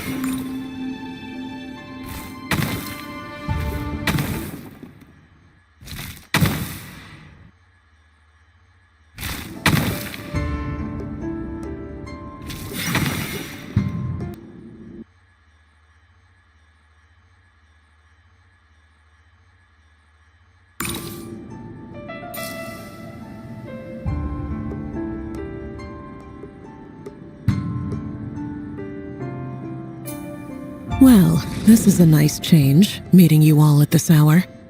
When men and women of ambition can speak face to face in broad daylight, I say that's a big step forward for our dear Conria. Don't be ridiculous. We do not fear the day. Why would we seek refuge in the night?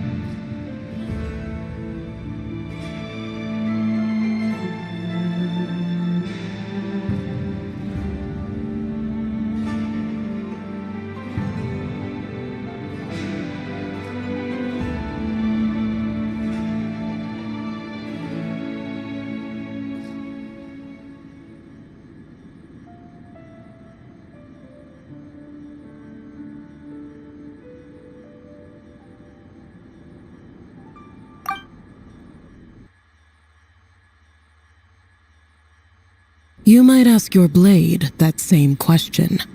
I'm told it prefers the cover of darkness.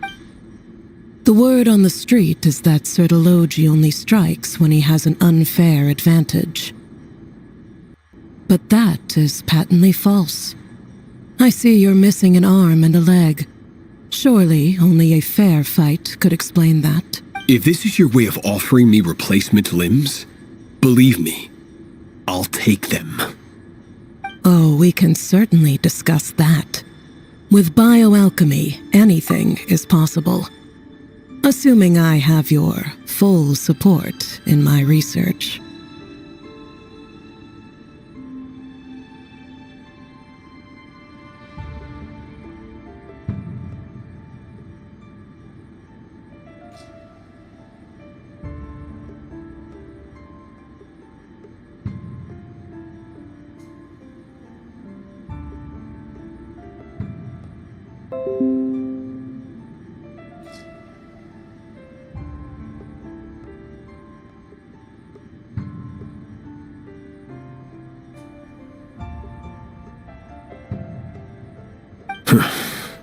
Lunatic.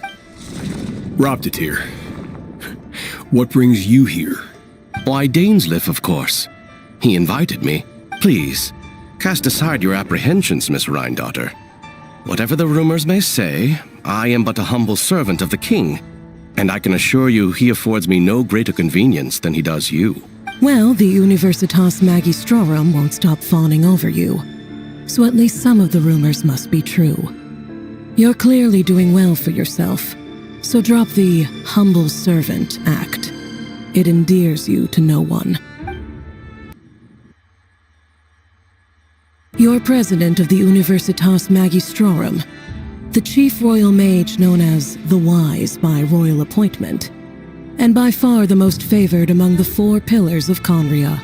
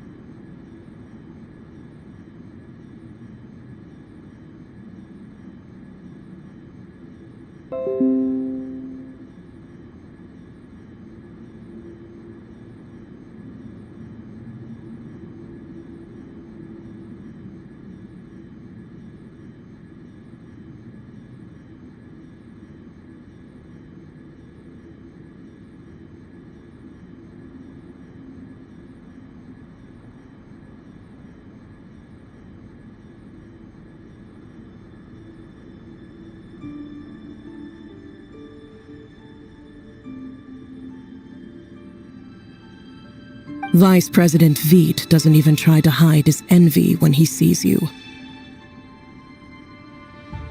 My success is the product of hard work and good luck. It's as simple as that. Were the king not such an extremist, I hardly think I would have received a senior post at my age. Of course, no job is without its gripes. Serving a king like ours can be a challenging task, as I'm sure you can imagine. And as for Veidt, in missing out on the presidency, he's dodged a mountain of stress.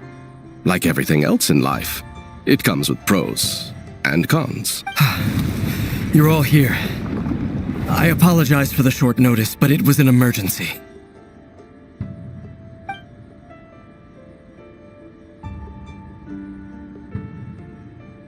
You must be Rerir.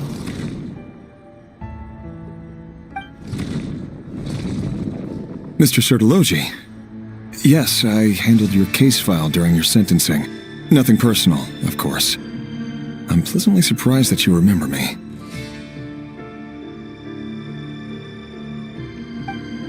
You're clearly a person of substance if you've been invited here. But Dainsleif, you'd better have a very good reason for convening this little gathering. It's my brother, Vedalfenir. After he spoke at the court this morning, the king was so infuriated by his words that he had him blinded in both eyes and thrown in prison. Vedalfenir in prison? Strange. I thought the king trusted him and Horoptatyr more than anyone else in the world. Does this mean the king's circle of trust just got even smaller? It has nothing to do with trust. It's about what the king wants, which is as clear as day to anyone paying attention. I simply appease him, because it's in the best interests of the Universitas Magistrorum. And also because you're slimy. Vedalfenir, perhaps less so. But still, a visionless visionary? It rather inclines me to think that qualifications are not what get you ahead in Conria. Do you honestly think this is an important discussion to be having right now? Dane, what are you planning to do? Rescue Vedalfenir, I assume. Correct. It will mean storming the palace by force. Tonight. I need all of you on my side. That's far too dangerous. And don't forget, Dainsleif, you're captain of the Royal Guard. You swore an oath to the throne. You've been planning this for a while, haven't you? I have no desire to commit treason. But whatever critique the king may have of Vedalfenir, disfiguring your most loyal subject for putting the best interests of his court and nation first, this is not the conduct of a wise ruler. My blade will force the king to see the error of his ways.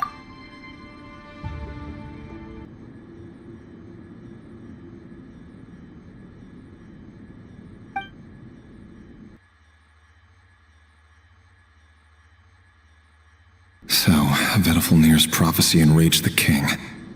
I'm sure it wasn't what he wanted to hear, but if he won't take counsel even from the visionary, that is deeply troubling news.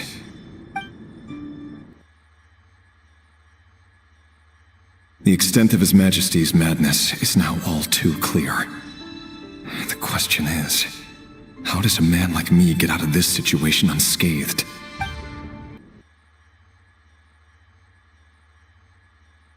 You have noble ambitions, Dane, but I'm afraid they don't do much for a guy like me.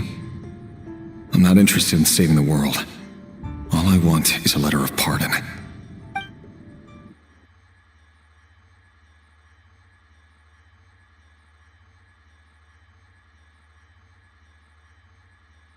A letter of pardon? For whom? Thelindis?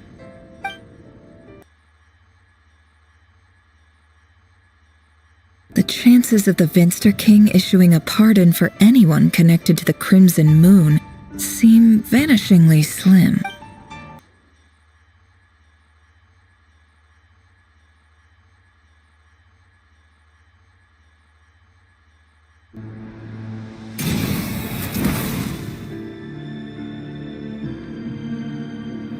This black fog over the board must have some connection to Thelindis. But why is it taking this form? Does it have something to do with Rerir's past? Another mystery I'll need to unravel.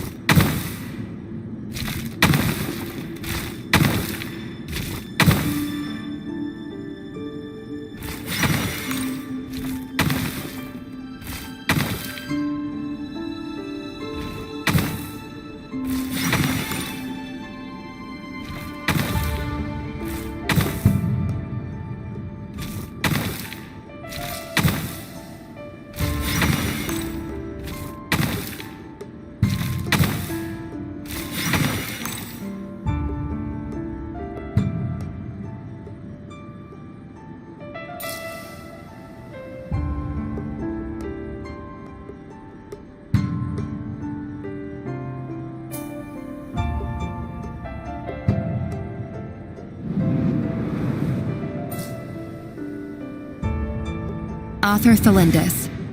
Over the course of this week, the research object was subjected to interference for a total of 60 hours for experimental purposes. The results are as follows. Research dating back to the Crimson Moon dynasty has established 2 points regarding moon marrow. Firstly, its origins have something to do with a god's power. Secondly, it serves as a portal to an as-yet indeterminate location. Moon marrow can thus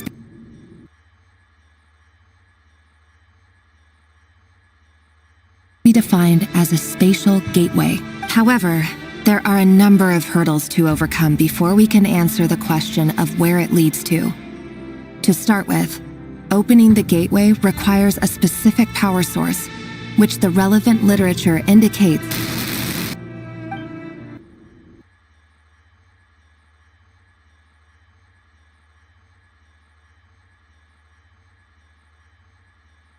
an enormous amount of power is then required to keep the gate open. Currently, the total power output of our instruments remains in the single digits.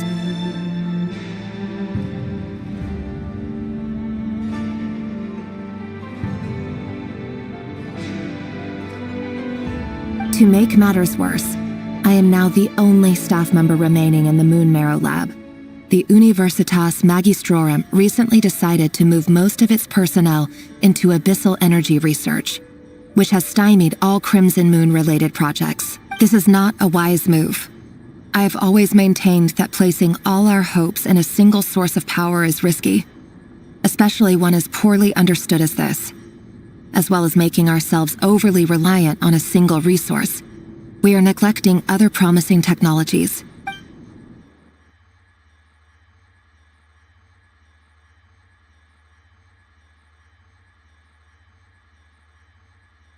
I apologize if this comes across as disrespectful. But as a Moon Marrow researcher, I desperately want to see the world beyond the gateway.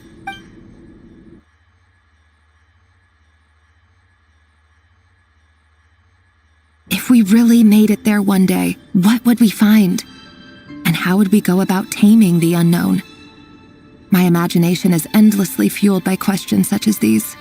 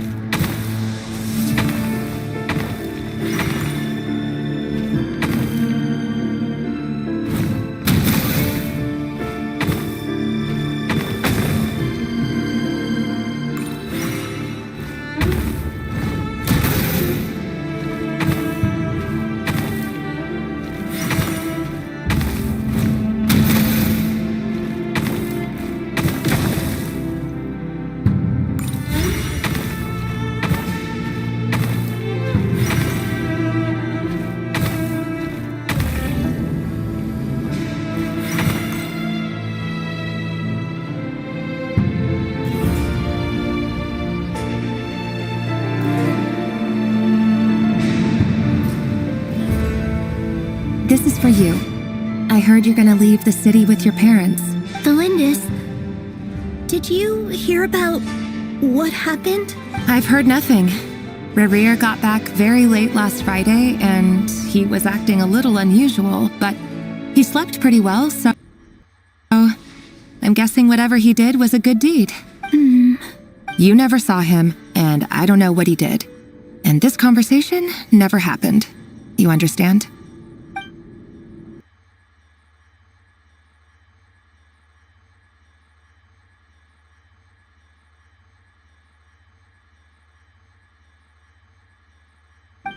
Don't be silly. I don't know what secrets he does or doesn't have. All I know is he's just a normal guy who happens.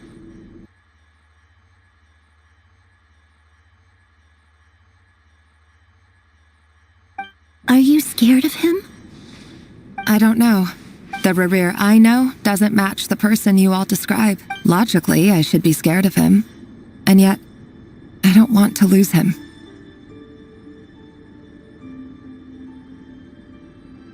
But enough about that. You should get going, and be careful with the package I gave you. Keep it secret. Keep it safe.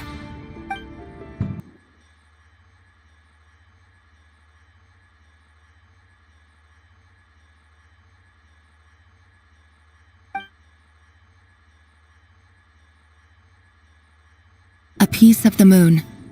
All you need to know is that as long as you keep it safe, then in the future, everyone will be able to see a red moon.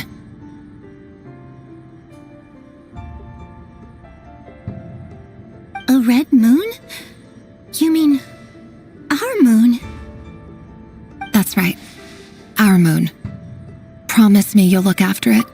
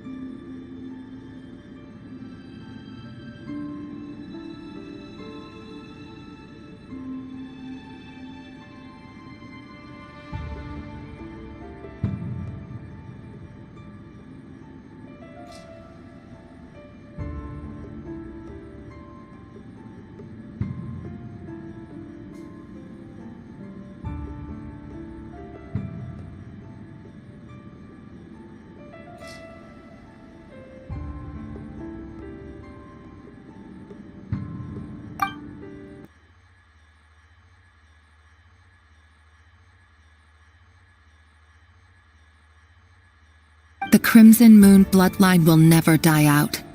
Its light, the color of blood, will become like a fire that flows in our veins, no matter how long it takes.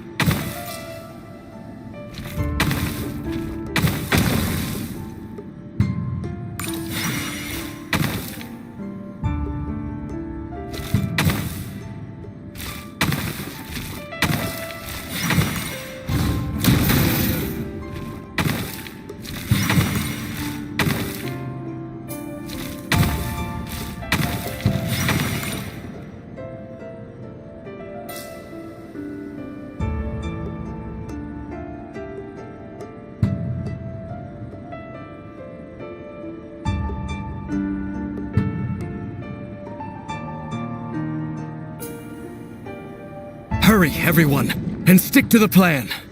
Sir Dainsleif, what are you? Is this treason? You know what happens to those who betray the throne. Please, don't do this! It is the king himself who has betrayed the throne. He has betrayed all of Conria. If you have any love left for justice in your heart, you should join me. It's showtime. Dane and his group will handle the troops in the palace. Then Hraptatir and Rhindaughter will disarm the security measures. My job is to enter the prison and rescue Vedifalnir. Stay safe.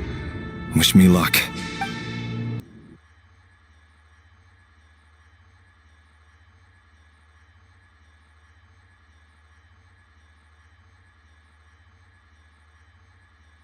Look after my brother.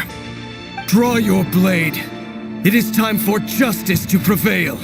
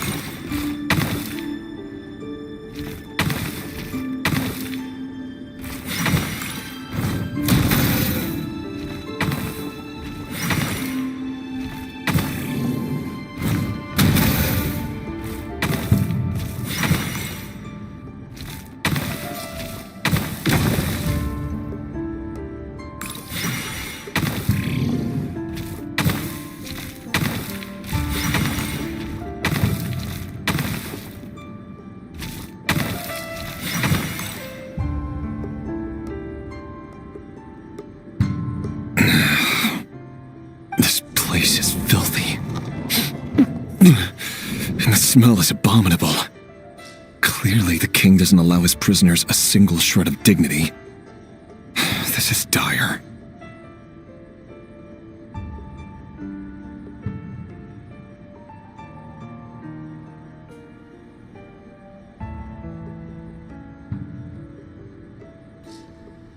Found you.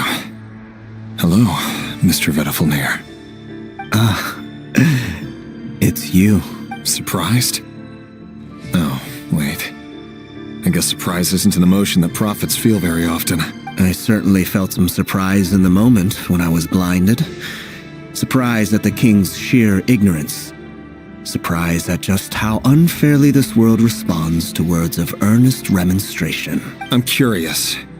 What did you prophesize this time? It wasn't a prophecy. It was a word of warning. Someone had to say it.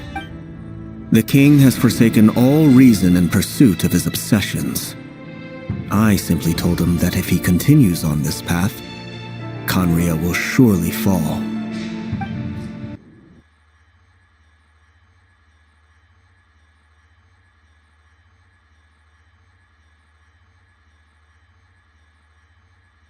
But he didn't listen. Worse still, he stabbed you in both eyes and locked you away.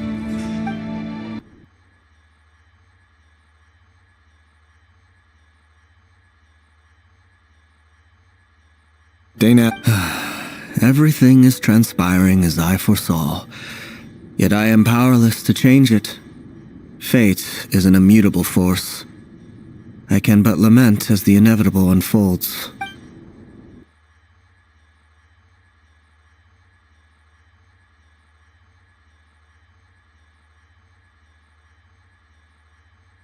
Forgive my curtness, Vedafilnir, but the king did not suddenly turn on you today. His suspicions have been brewing for a long time.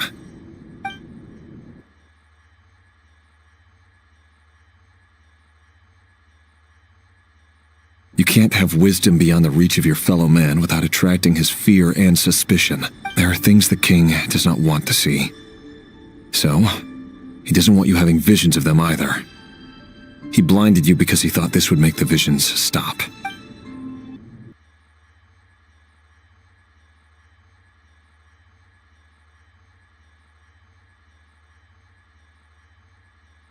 Until what?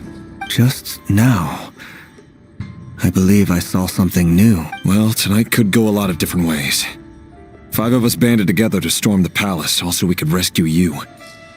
This will go down as the most tumultuous day in Khaenri'ah history.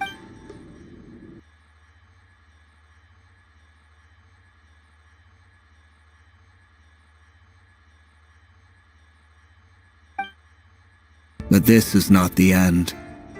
It is the beginning of a new chapter, in a whole new story.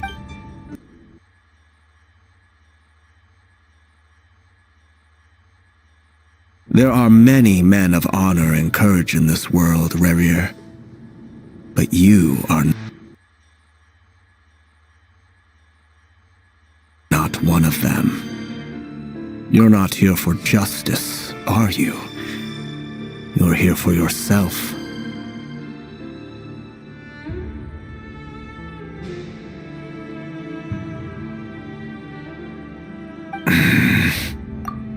Is that a dagger? Interesting. Why not the polearm? It was always your weapon of choice. With your abilities, I don't doubt that you were able to recover some of your sight. But I also doubt that you want to make an enemy of me right now. Of course not. We're on the same side, aren't we?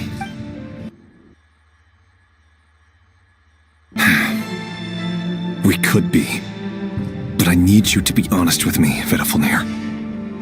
At this point, you're my only hope for the future. You mean your future? With your beloved, Felindis?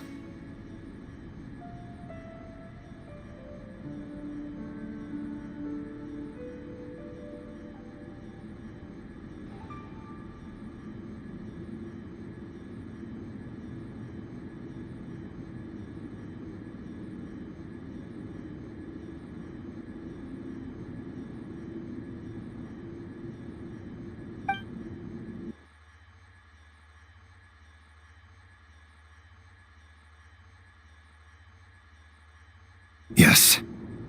And I know there are bigger things at stake here. A dynasty, a nation, maybe the entire world. But forgive me, I care first and foremost about myself.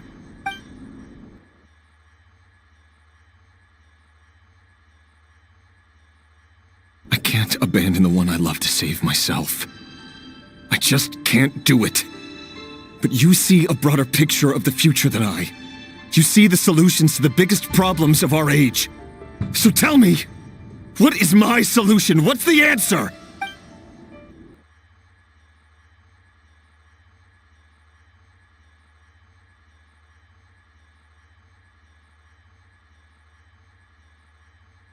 In matters of fate, answers are either right or wrong. What will be and what will not. Maybe you are willing to pay a certain price in the pursuit of happiness, but unfortunately, fate does not negotiate.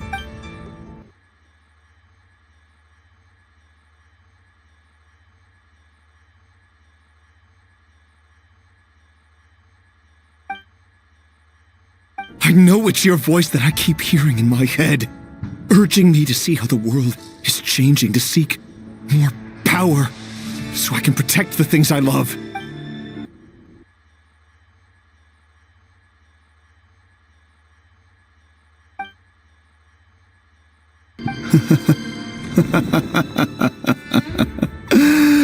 So, you hear it too?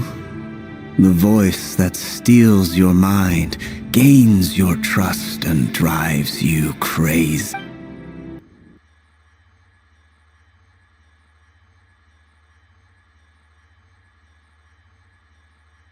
Vedifulnir just broke into the strangest smile I've ever seen in my life, as if he'd discovered some monumental secret. But then he suddenly switched to looking extremely weary.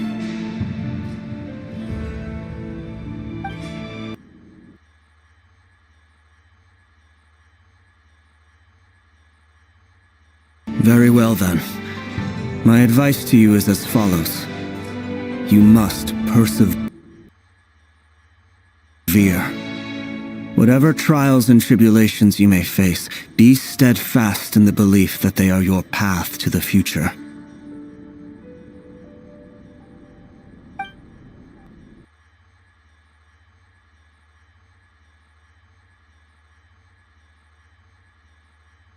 For as long as you live, your story with Thelindis shall not come to an end.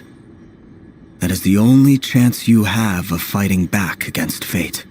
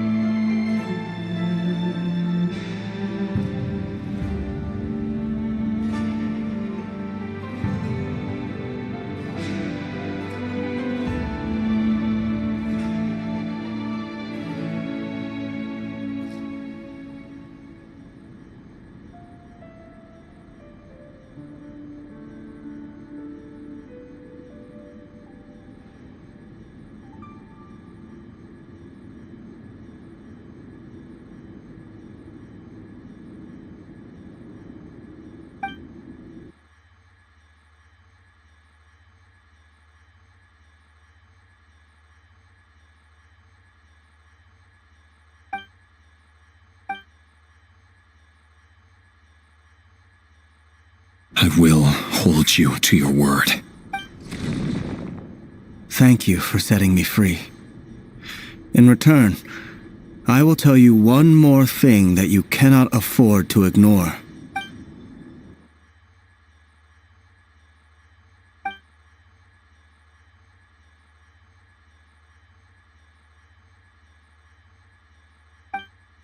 The universe... I'm sure we'll be seeing each other again very soon, Rerir.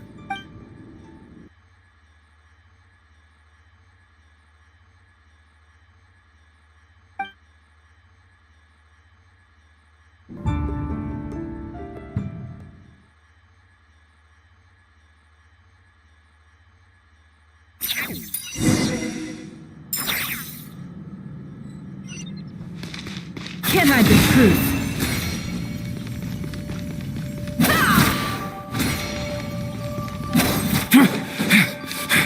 Monsters? Is this Rhindaughter's doing? By the Universitas Magistrorum! Out of my way!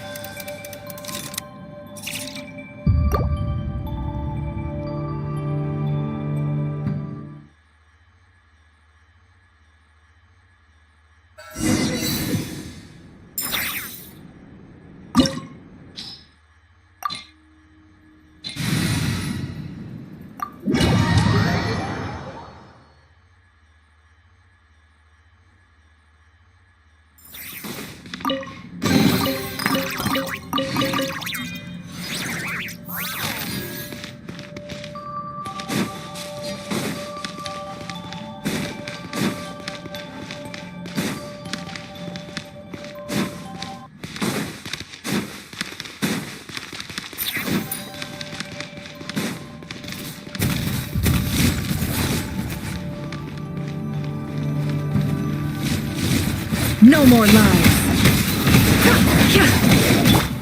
Shower me with praise! Forest, protect us.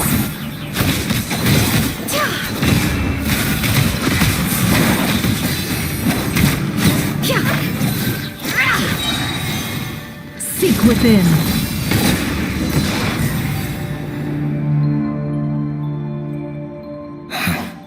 The Universitas. That reminds me of a rumor I once heard. Allegedly, the king installed secret mechanisms in the palace and around the city. No one knows where they are or what kind of power they hold. But if they were ever going to activate, it would probably be on a night like tonight. Help! Help! Hold on! Don't let them anywhere near you! Save me! I can't! Ah! That sounded like an explosion. So, the rumor is true? The king really went through with it. What other means does the king have at his disposal? They must run on power from the Abyss. And given it's a major center of Abyss research, anyone over at the Universitas will be in grave danger. I have to hurry!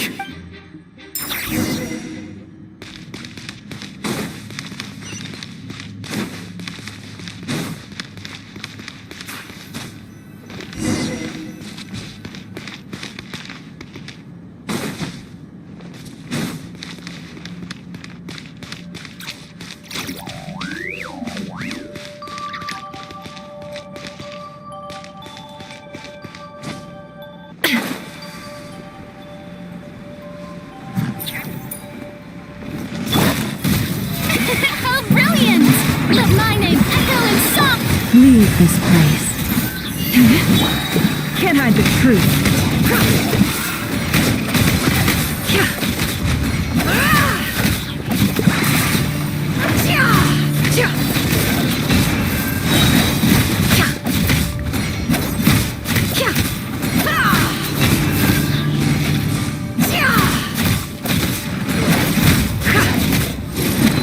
The deception ends here. No more lies.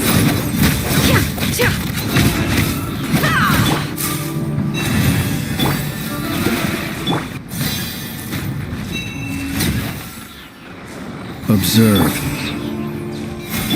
By the frost moon there. You poor lost one. It all adds up. The mystery unravels.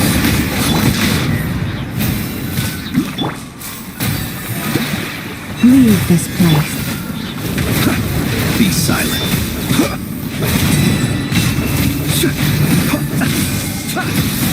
Close your eyes.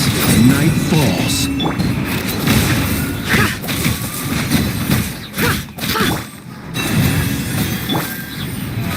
How brilliant! Let the world come alive! Be silent. The deception ends here. Branches a song for the everlasting forest.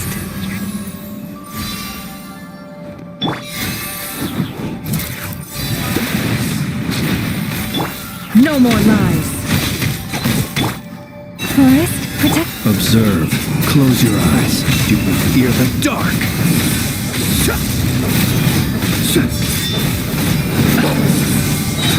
Do you fear the dark? May I present? Leave this place. The mystery unravels. Be silent. Close your eyes. Be silent.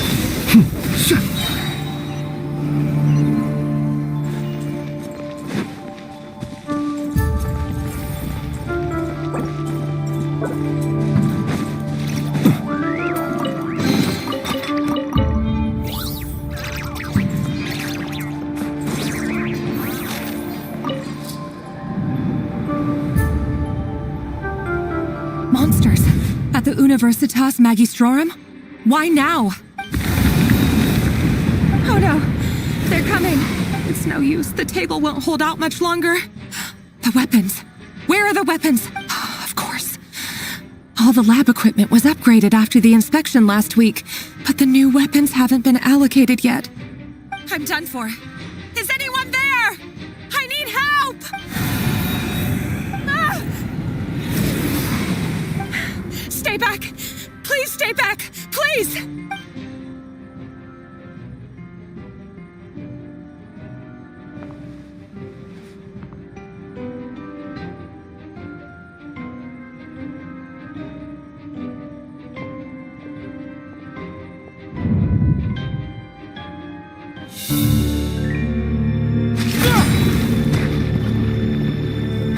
What's that? Rerir! So the rumors about your work are true. What? No! Listen, something happened at the palace tonight. We have to leave! You don't need to lie to me anymore. What do you mean? I know why you're worried, and I will respect the decision you've made. But it's okay, because I found a solution. I know how to end all this. You can have it back. The normal life you so desire. But until then, I'm afraid our wedding will have to wait. Cylinders? No, don't do it! Cylinders! Cylinders!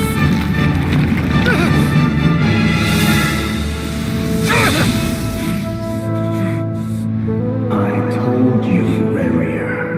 Let her go. You will find someone better. No!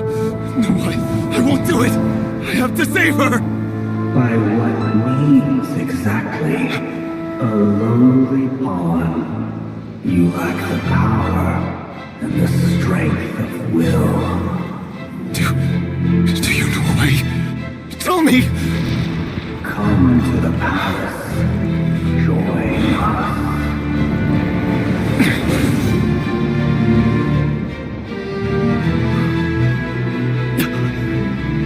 Rerir, thank goodness we... Step forth and take your share. You made it. Not you too.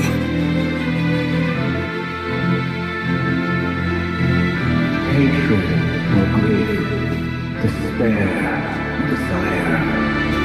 We all have our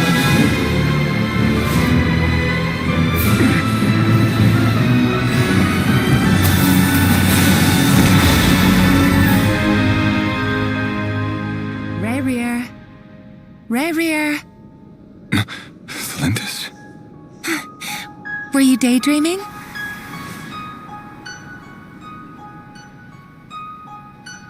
You still remember, Rerir? That question you asked me a couple of weeks ago? Oh.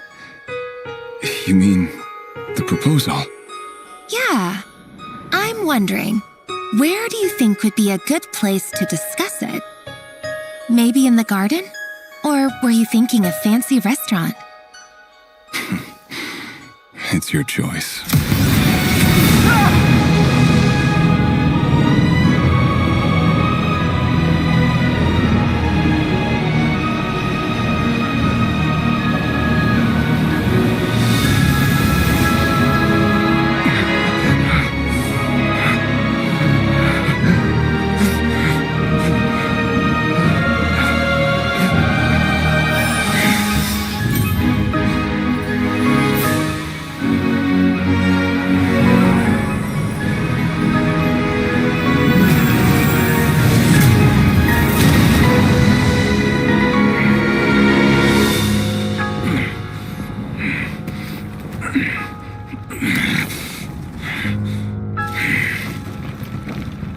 I will find you. And then, you can give me your answer.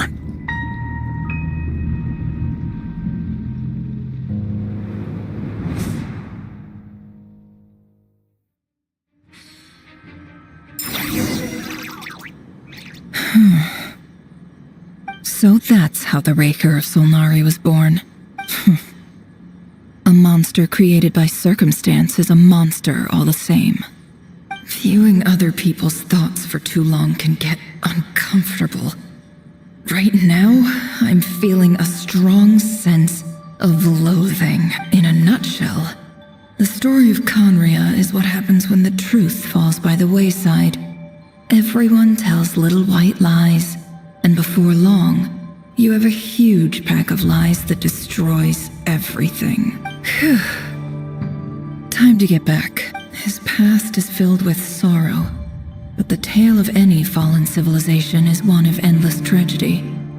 Cruel as it may be, that was Conria's fate.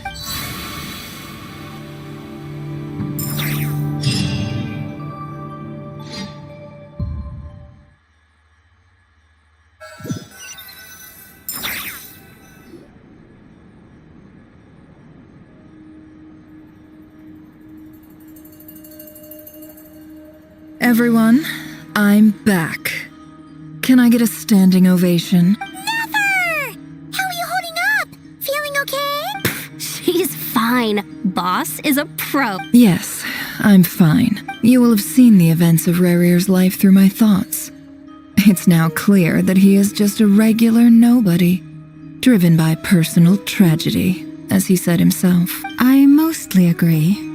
There's only so much we can know about him from his memories alone, but they did give us a clear glimpse into his life and However, I would not consider Rerir to be a nobody. He was deeply involved in the events of that era. Yet, when the catastrophe of a generation strikes, nobody is safe. Sounds to me like you're speaking in riddles again. Is this you urging me not to abandon the people of Nod-Krai in their hour of need? That's not what I meant. Although I do hope you choose to remain a part of the plan. Without you, the mission ahead will be all but impossible. Then try to remember that I respond better to the carrot than the stick. And I don't appreciate being bossed around. Now, as for you, Missy, you were excellent. You stuck to the rules of the ceremony and kept your mouth shut the entire time. Bravo. Cool. So, can you fill me in on the deets now? Most of what I saw went right over my head. Patience. You'll hear the whole story, don't you worry. But let's meet up with the others first. It will save me narrating it twice. Yehoda? Yes, boss! Let me get that door for ya. That's more like it. For a moment there, I was worried you'd forgotten about the first clause of your employment contract. Forgive my curiosity, but what does the first clause say? It says I gotta do the annoying stuff that boss is too lazy to do for herself. Like opening the door, pouring the tea, yada yada. Is that right?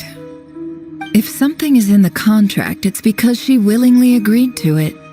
Rest assured that the curatorium abides by the very strictest of labor policies. You don't seriously think I'm cruel enough to treat her like my slave? In any case, I've hardly shied away from my share of the work today. Hope I don't catch Flints and Varka lounging about in their chairs. And there's nothing I dislike more than other people enjoying themselves while I'm hard at work.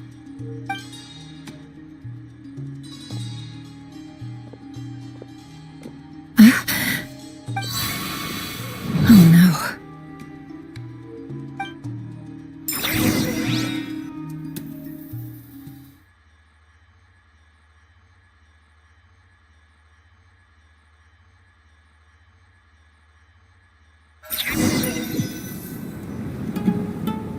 Sorry to disturb you, but we seem to have run into some trouble.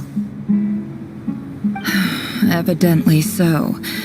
Don't worry, I'm not about to leave you to fend for yourselves. I'm not that kind of boss. And it would go against the curatorium's labor policy. I'm sorry? What did you hear me say? I wasn't talking about labor policy. Wait. How long have I been standing here? Not long. You just appeared by the door a moment ago. Boss, what's wrong? You look like you've seen a ghost. We've been tricked. We never left at all.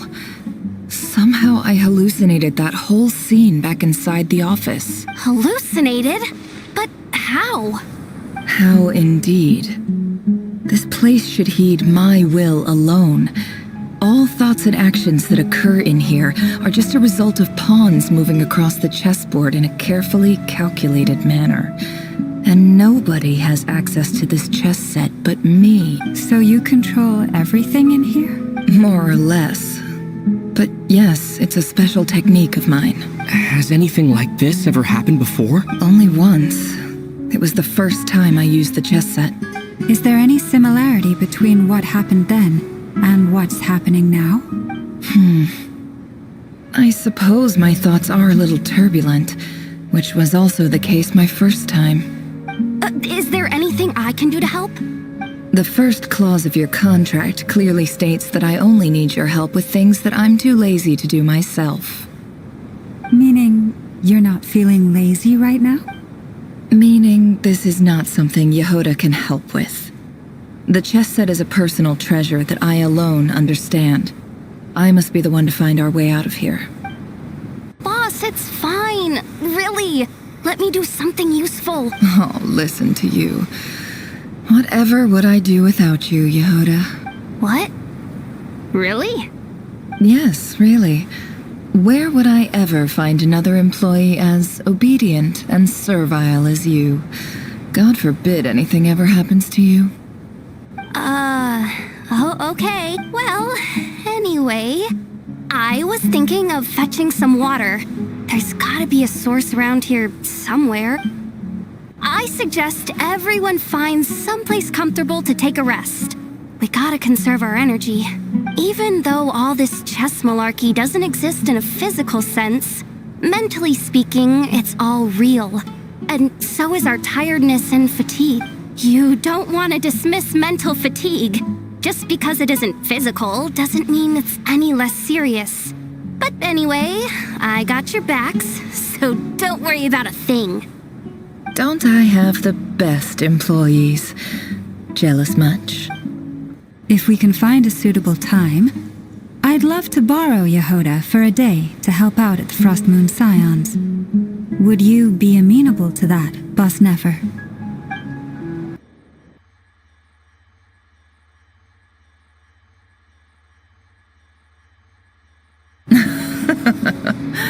Oh, Lauma.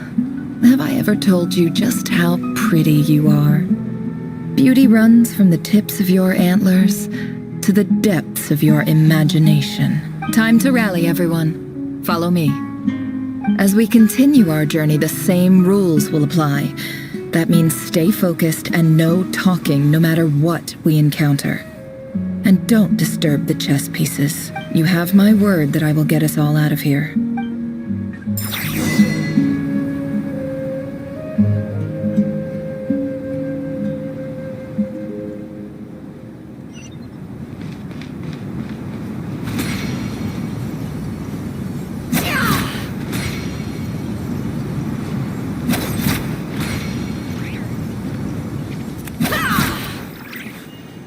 Can't hide the truth. It all adds up. This place looks familiar. That's not a good sign.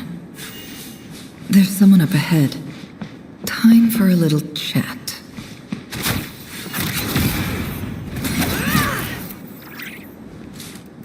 I wasn't expecting visitors at this hour. Wait, is that? Oh, it's him. There you are. Sinue's been looking for you all day. I think he has some news for you. Oh yeah? What were you doing just now, Uncle Retinue? Hiding away some more loose change? I know I saw some Mora. What do you mean loose change? Oh, come on, I'm too old for this. Just pretend you saw nothing.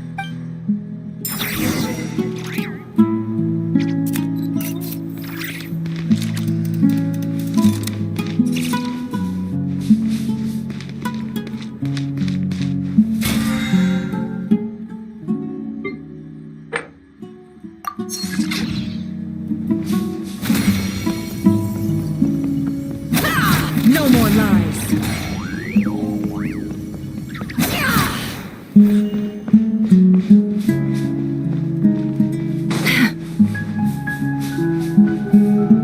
Hey, kid. Mind telling me what Sinuhe's been up to recently? I'm trying to get in his good books and I need a way in. Get in his good books? Why? What do you want with my dad, Uncle Apepe? I've written a new song. I was hoping to showcase it at the next festival, but I'll need his approval. A new song, huh? I'd love to stay and listen, but unfortunately, Uncle Retinue says my dad's looking for me. Well, there's plenty of time and I'm not going anywhere. See that pile of stones? I'll be sitting there warming up my vocal cords. Come find me when you're done. Pile of stones. Got it.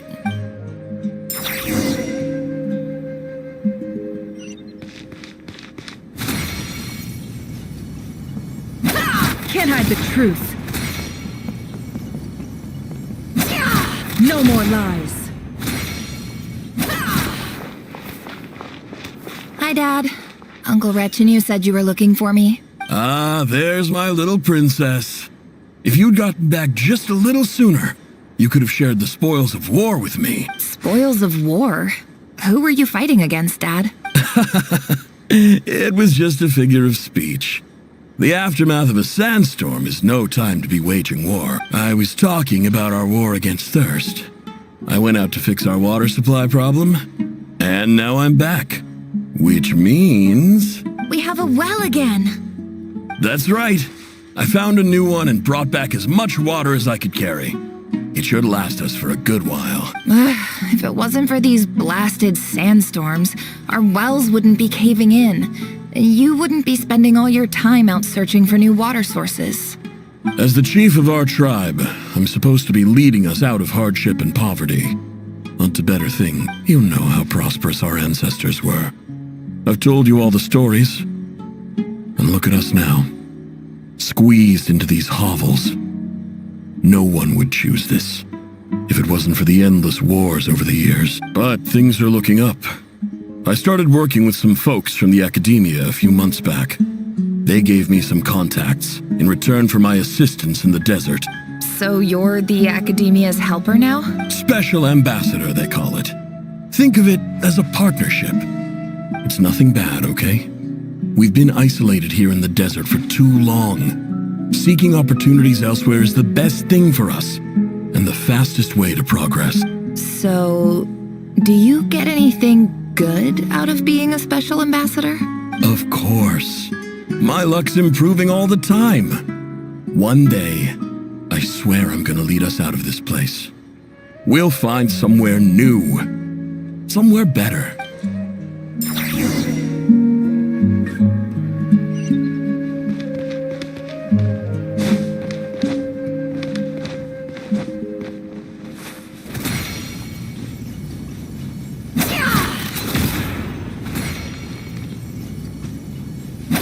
It all adds up.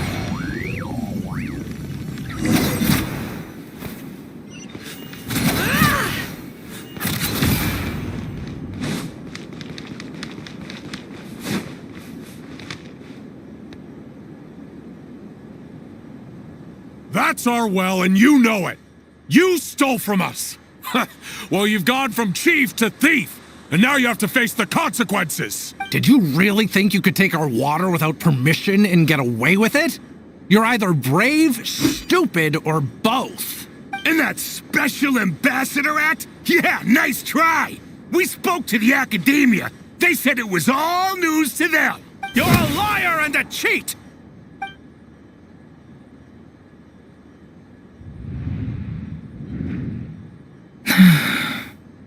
I heard Yehoda gasp, but I don't blame her.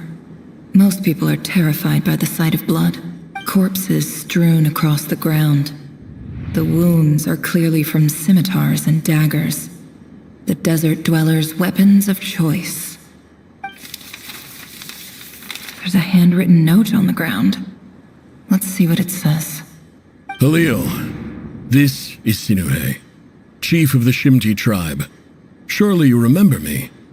I was the one who helped you and your colleagues avoid the quicksand in the desert. This is my second time writing to you. I assume my last letter must have gotten lost in the mail, as I didn't receive a reply. I hope this one makes it to you safely. I'm writing to you because I need some help.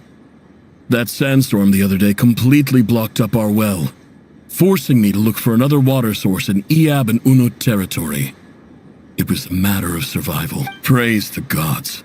The well of the Iab tribe was intact. It was my last resort.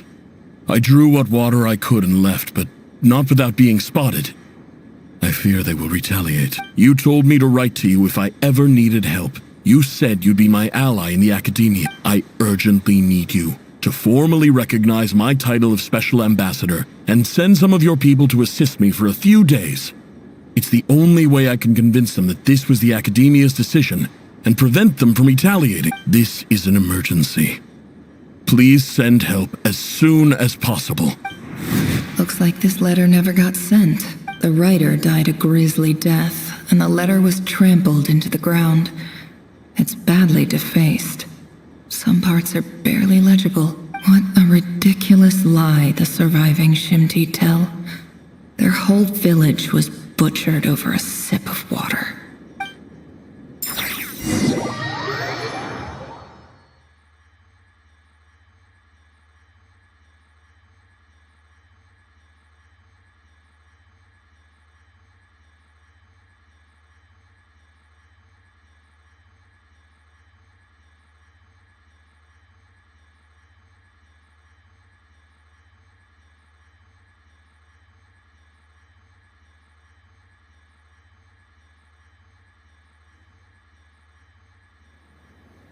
Officer, welcome. Welcome to our humble village. I thought you would at least have the courtesy to provide some respectable libation. This is the finest wine Aru village has to offer. I promise.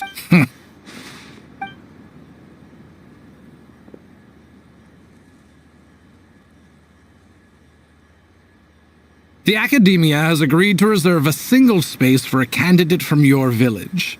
But I remain skeptical of this entire endeavor. I highly doubt anyone in this desert possesses serious academic potential. Please, have faith. If not in us, then in our god. The child we found shows great promise. I beg you, take her away from this place. Give her a chance. Don't let her talent go to waste. I don't recognize her. New arrival? She showed up here a few days ago and we took her in. She's a really bright kid. Please help. I'm begging you. So, where are you from? Nowhere special.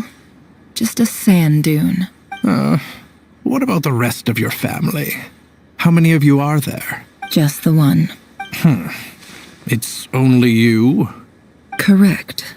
So, no brothers, no sisters, no mother or father? Any who have slept on a bed of sand, I call my brothers and my sisters. Apart from that, I have no family. All right, get over here. Sign your name on the form.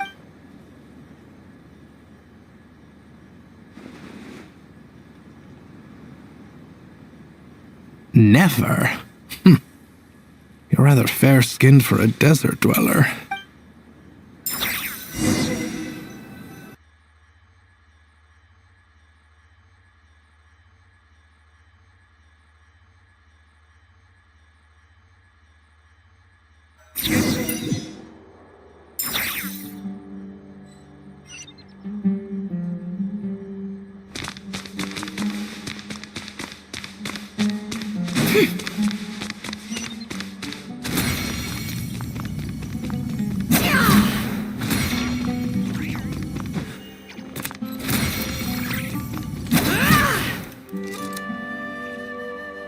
Nefer, this term's assignments have been issued already. Please read through the materials thoroughly, conduct your own additional research, and then write an essay on the topic. Yes, Professor, I'm aware. I just had a couple more questions I wanted to get your perspective on. Oh? Please ask away. Well, I saw the other students' problem sheets, and I couldn't help but notice that my assignment is much easier than theirs. Do you really think I'm a weak student?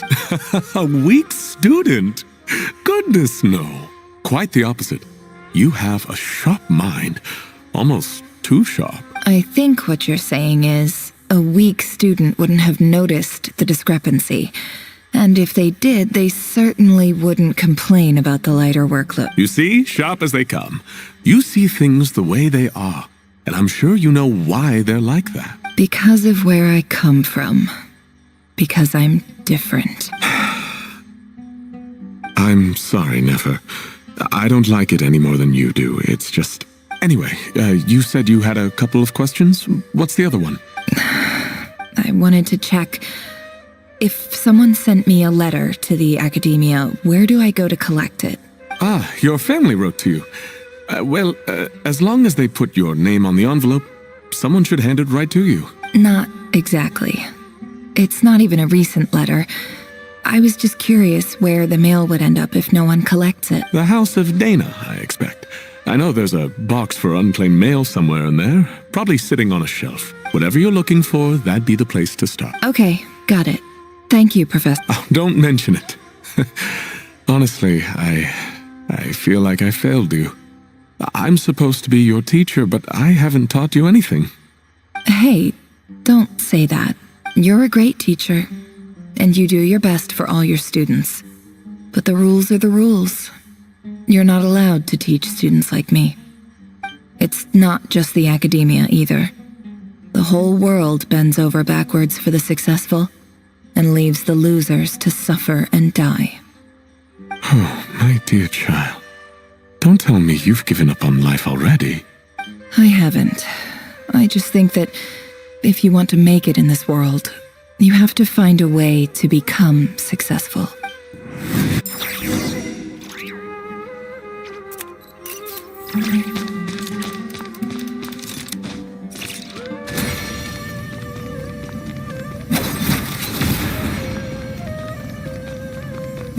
No more lies. It all adds up. This must be it. A big cardboard box full of unclaimed mail.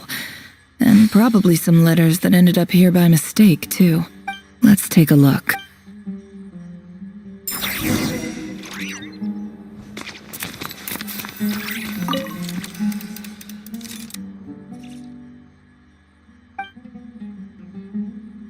A dilapidation survey from Port Ormos. Looks like it's from a Core of 30 representative. What a strange thought. A bunch of mercs losing sleep over rundown build. This one was never even opened. I guess the recipient didn't care what the core of 30 had to say about anything. Who was it addressed to? I don't recognize the name, but it must have been a Ksharawar professor.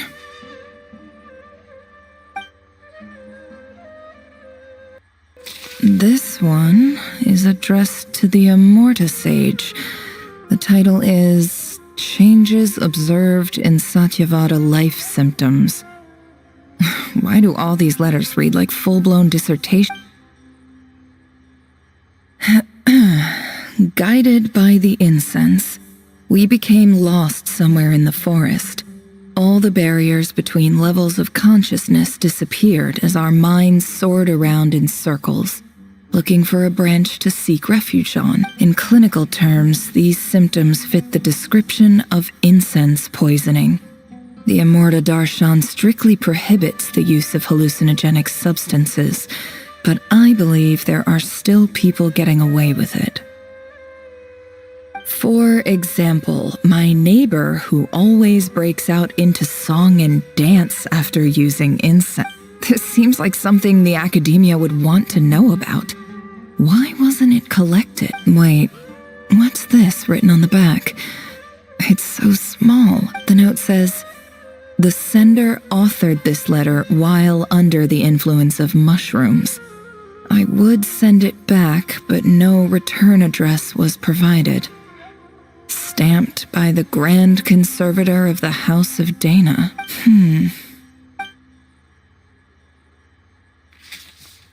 This next one is addressed to Grand Sage Azar. A few words of protest regarding recent changes in Sumeru's educational policy. In recent years, the academia has taken on a small number of students from the desert region, as per the policy to this effect. However, it appears to me that these students have not, in fact, been provided with educational opportunities that are, in any meaningful sense, equal to those enjoyed by their peers, as well as receiving dumbed-down assignments and perfunctory tutoring. They do not even have full access to the Akasha system. Education is the fundamental purpose of this institution, which should go without saying in a nation whose founding virtues are knowledge and wisdom. I ask you, is the lip service we pay to the policy of education for desert students truly the standard of pedagogy to which the academia aspires? As Grand Sage, policy decisions are your prerogative, but do not forget your roots. You and I were once students too, as was everyone else in this institution. I do hope you will give some serious attention to this matter.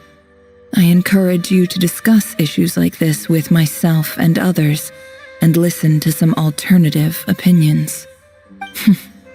Great letter. Shame it didn't get to where it needed to go. And the sender is... Sage Cyrus of Spontamod. I didn't realize anyone else even knew how bad students like me have it in this place. So this is where letters from the Sage of Spontamod end up? Nice one, Grand Sage. Really enlightened leadership. Whatever. This isn't what I came here for. Moving on. I'm not exactly holding out hope that a letter sent from the desert would even make it here. But if it did, where else would it end up if not in this box? I can't believe how much discarded mail there is. Must have been years since someone last went through it all. And this is just one box. The whole House of Dana is boxes on shelves. I don't believe for 1 second that any human being has sat down and read through all the documents in this place. Who has that much free time on their hands? Wait, could this be it?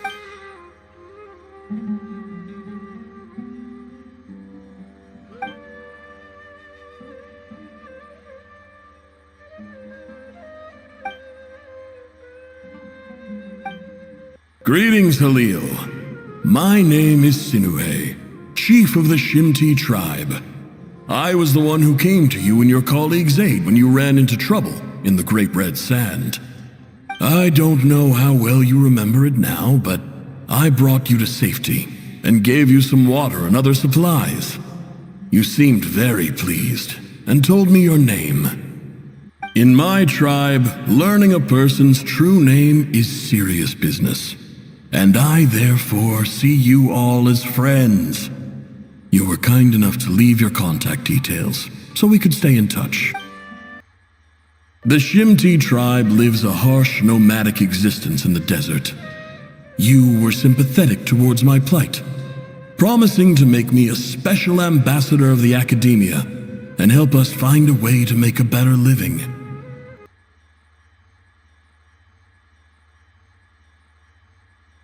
This brings me to my reason for writing. Our tribe has fallen on particularly hard times, and I would like to ask for your assistance. There was a terrible sandstorm a few days ago, which blocked up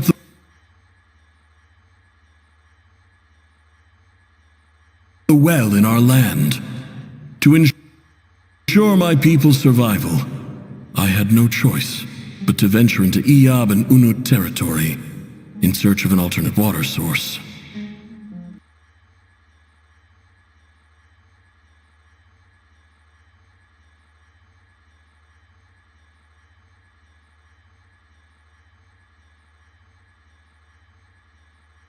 The Iyab and Unut are descended from the Thamudians, while we trace our ancestry to Tulatala.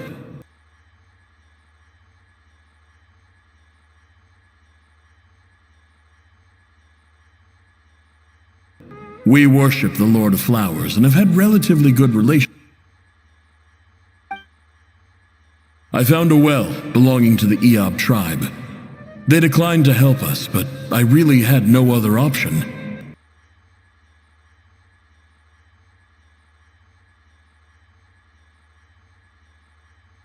So I took some water to keep me and my tribe alive. My actions are certain to incur their wrath. When we met, you assured me that you would be my ally in the academia. I would like to take you up on that offer.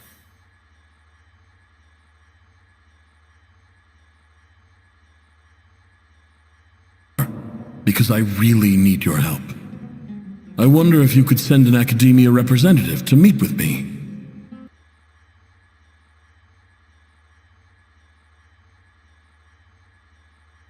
That aside, the last time you were here, you mentioned that the academia had started accepting students from the desert, and I told you a little about my daughter, Nefer.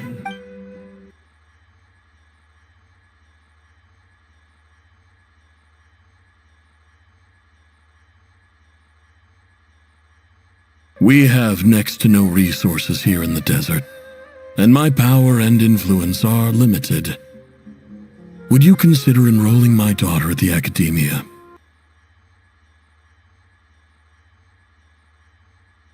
She is a smart girl. I know she won't disappoint you. From the outset, the academia never took you seriously. Those things they promised were just empty words. I doubt they even remember the name Sinuhe.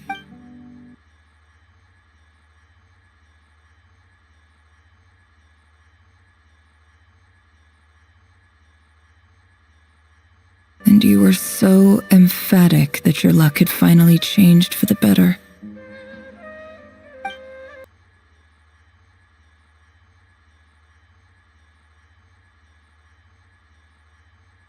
You swore you'd lead us to a better place one day. You spoke with such conviction, like you were the most powerful chief in the whole desert.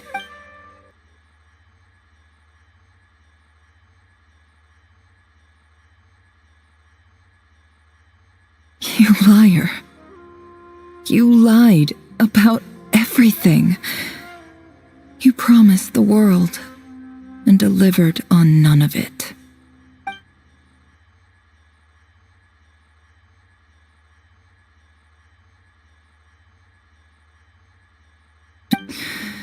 Which makes you a pathetic liar. You weren't even any good at it. I think I'll take over from here. Let me show you how it's done.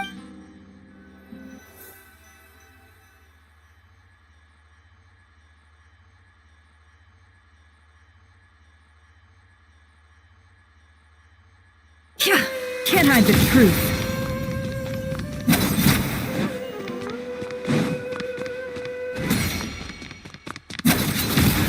No more lies. It all adds up.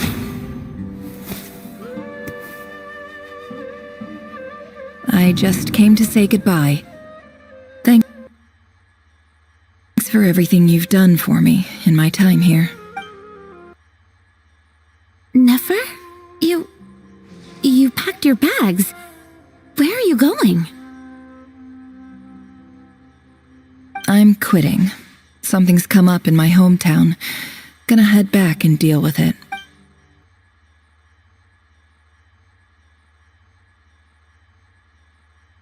Huh?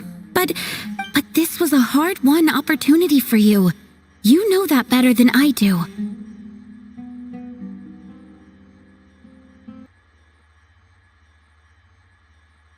It was, but it doesn't matter.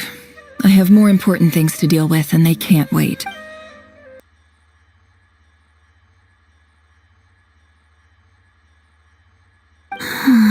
What's wrong? I thought you liked incense. Although, I did read somewhere in the House of Isn't this the stuff you brought from your hometown? You're just letting me have it? But you said it's a rare and valuable commodity.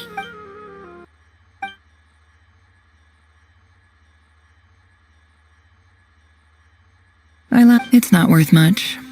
Keep it, it's fine.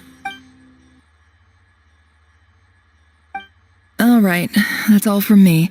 You take care.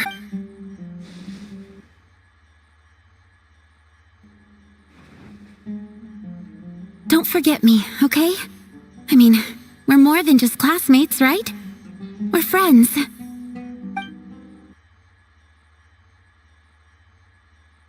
Yeah, I'll remember you. I lied again.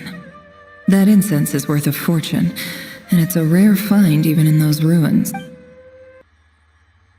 And as for remembering her, I have far too much to do when I get back. No time to reminisce. I'll be lucky if I even make it through this alive. But either way, I expect I'll forget you pretty quickly.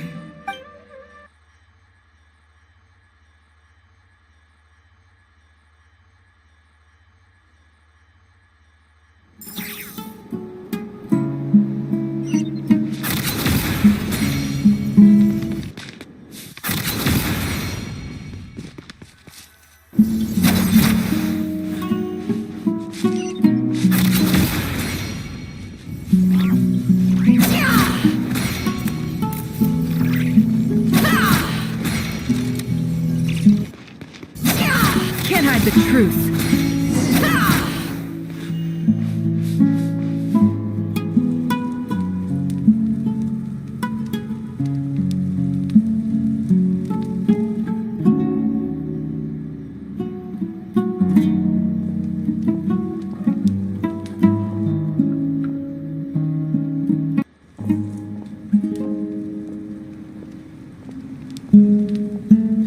It's a pleasure to meet you, Mr. Arif. So, what does the Academia want? Since they've sent their special ambassador, I assume there's a big business deal to be made. If not, I'd be very disappointed. Please, sir, lower your blade. You're lucky I'm the one they sent. Not all special ambassadors share my admiration for the Iab people. The ever-shifting balance of power in the desert reduced the once great civilizations of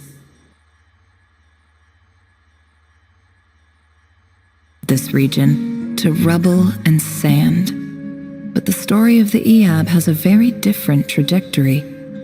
Others grew weak, but you grew strong, beginning in obscurity and moving to...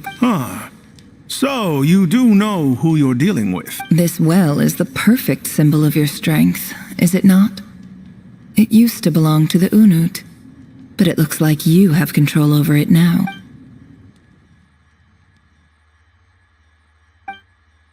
Of course not. I came to bring you some very good news. Some information that recently came to light, which might just be your ticket to freedom. Records uncovered by the Vahumana Darshan show that a certain well currently under Iab control is built on top of some ancient ruins. These ruins are of great archaeological interest to the Academia. I checked the map carefully on my way over here, and I'm confident that this is the well in question. The Academia is offering 50 million mora in return for excavation rights. 50 million? No, wait. If these ruins are as important as you say, 50 million's a little low, don't you think? Don't get greedy, Iab. We know far more than you think. We know that you seized this well by force. Wasn't that the first step in your rise to power? To drive away the Unut and steal their water supply? So what if it was?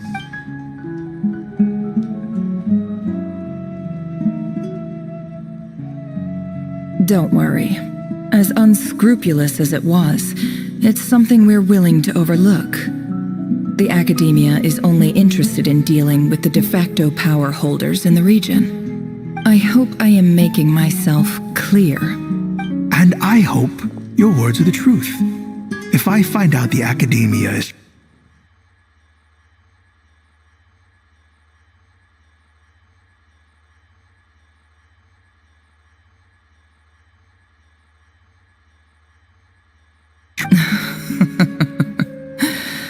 I assure you, Chief, that would not be in your long-term interests.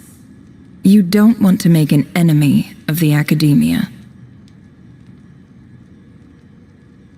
You see how I'm dressed, don't you? I appreciate that you've never been to the rainforest, but surely even you recognize an ambassador's attire when you see it. And what does a barbarian like you have to lose anyway? You really think the Sumeru Academia would bother to come all this way just to lie to you? We have more important things to worry about. All right, I take your point. The Academia is the highest authority in the land. I'm sure you're... In that case, we have a deal. We will sell you the excavation rights. I'd like to thank you, Ambassador. This is good news indeed. Excellent news. In fact, it calls for a celebration. Would you do us the honor of staying a while and enjoying some Iab hospitality? Gladly. I am partial to wine myself, and I trust you are as well. So let's indulge in a few drinks together, in celebration of this momentous occasion.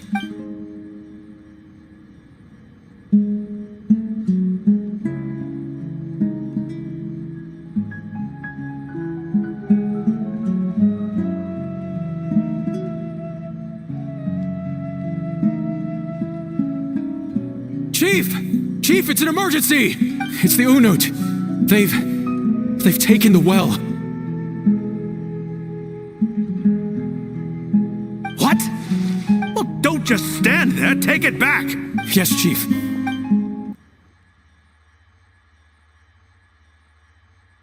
I have What is it?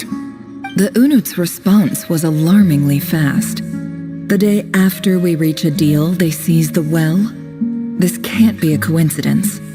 Perhaps there is a traitor in your midst.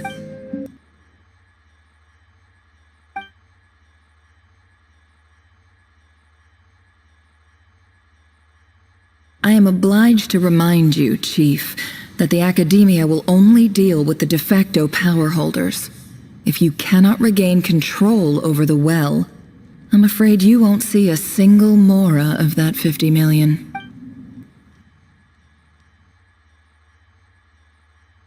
No, that well is ours.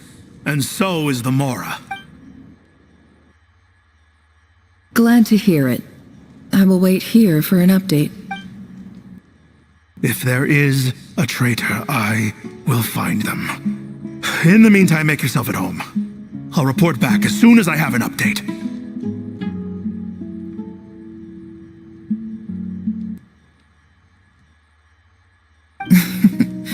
Much obliged.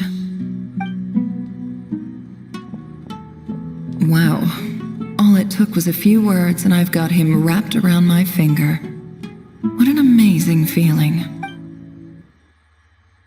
So, in summary, Ambassador, the Academia would rather negotiate with our tribe instead of the Eab, yes? The Eab are ruthless murderers who don't listen to reason. And now they have the gall to interfere in our research projects in the desert region. So let me ask you, Chief, if you were the Academia, what would you do? Kill them all, of course. Precisely. The Academia does not tolerate those who stand in our way. The Eab have held back our academic pursuits for too long, and our patience is wearing thin. At the same time, there is simply no way that the Academia can be seen to be intervening in desert affairs. I'm sure you understand where I'm coming from.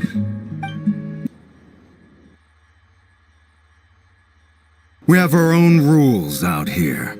If the rainforest dwellers raised arms against a desert tribe, you'd start a bloody war.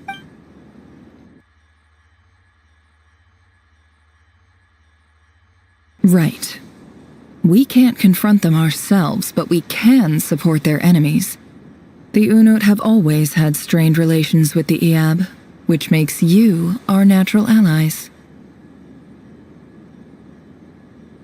Natural allies.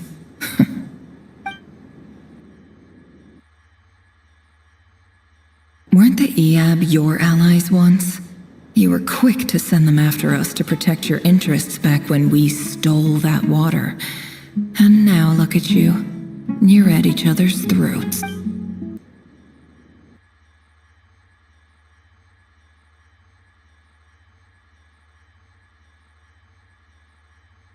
Let me be clear. The Academia wishes to collaborate with the legally recognized rulers of the desert in this matter. We are asking for excavation rights to that well, and our offer is 50 million mora.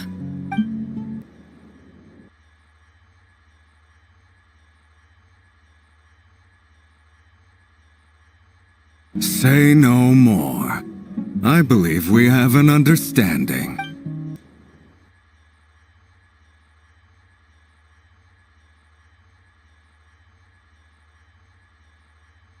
Good. Then I suggest you get to work. Get us access to that well, and the mora's yours.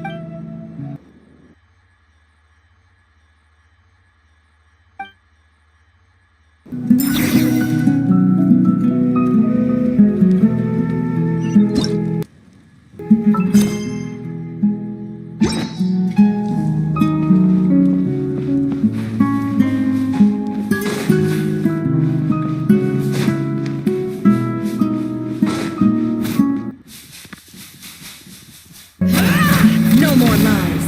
Can't hide the truth.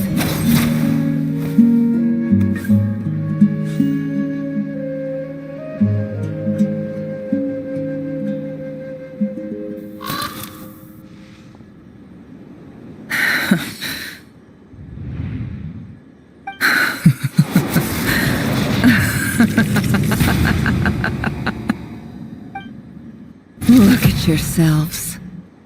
You may be vile, savage monsters, but your butchered bodies bleed like any others. You're no different. You're nothing special at all.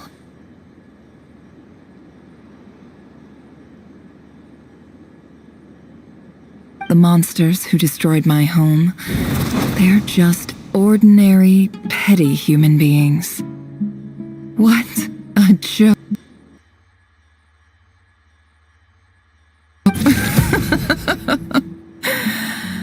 I think we're even now. Maybe I've even done the desert a favor.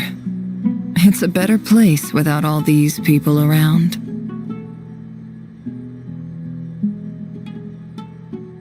Oh, Sinuhe, my gullible fool of a father. Perhaps if you'd been as ruthless as I was today, our tribespeople would still be alive. In this dog-eat-dog world, a chief needs to be tough to survive.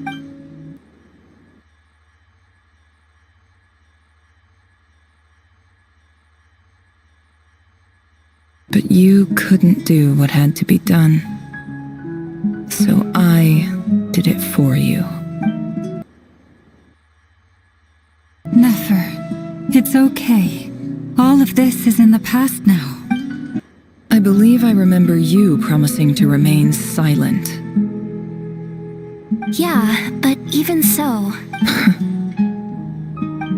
Yehoda, is there anything you can do to ease the tension?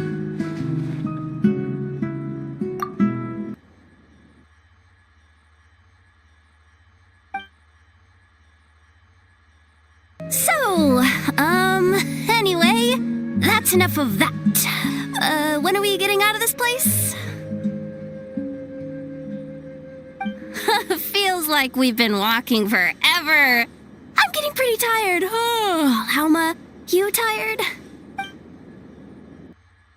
Yes, if we can find somewhere to sit down, I could certainly do with a rest. It's not far now. There should be a temple just up ahead. Really? A temple? That's where this story ends?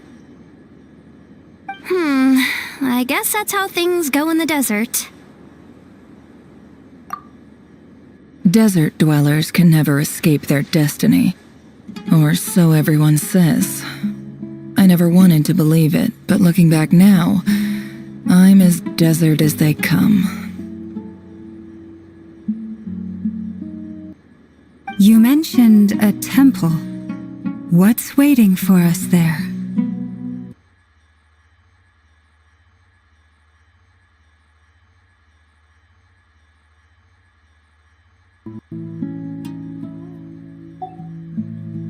My biggest trade secret of all.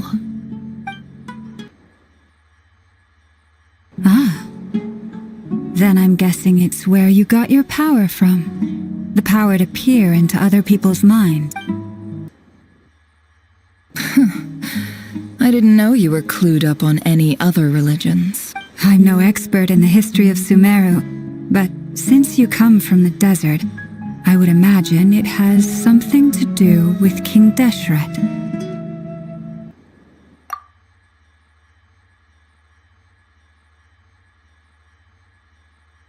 Oh, I know who you mean. General Mahamatra Sino. The spirit of Hermanubis dwells within him. Sino's hardly a figure of obscurity, but I know about Sethos too. What about him? Is he a big deal or something? Well, he's not a small deal, let's put it that way. Please, this is the bare-bone basics. Save the flattery.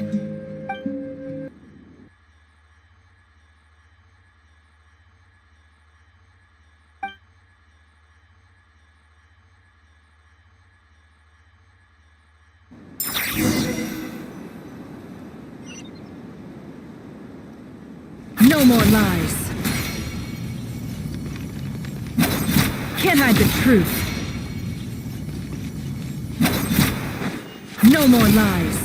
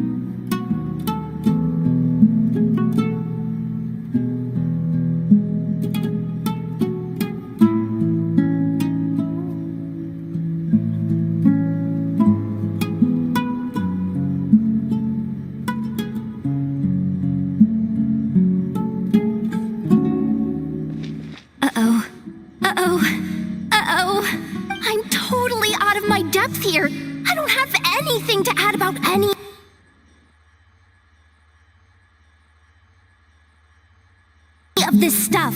Like, look at that statue, for instance. I want to do the whole name-dropping, this girl knows her stuff thing too, but I've never seen... A statue with the head of a bird.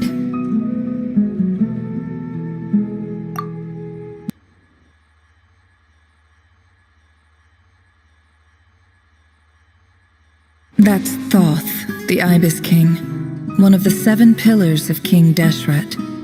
The legends say that he, the Crocodile King, and the Goat King were the 3 retainers of King Deshret.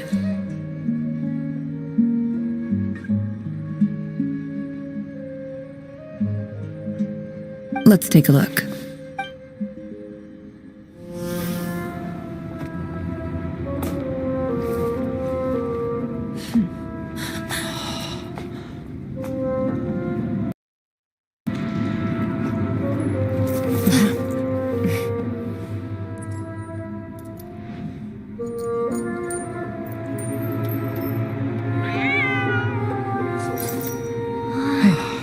It's just Ashru.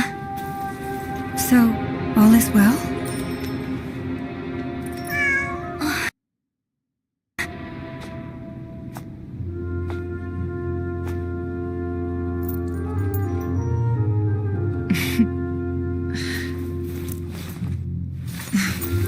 Typically speaking, at this point, the world disintegrates. Then we find ourselves back in the outside world. Besides, these are my memories. There's nothing to fear. You're sure? Of course.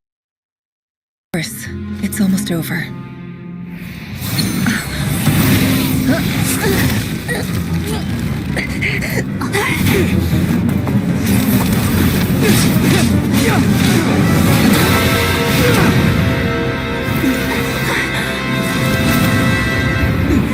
Nefer! Hold on!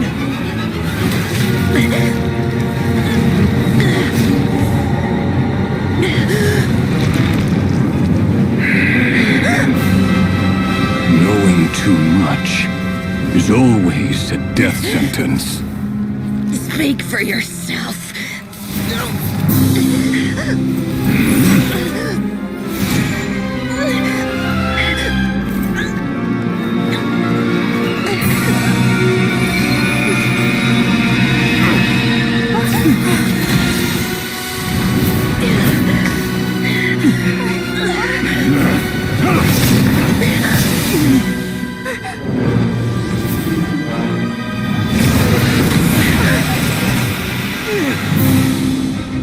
How repulsive.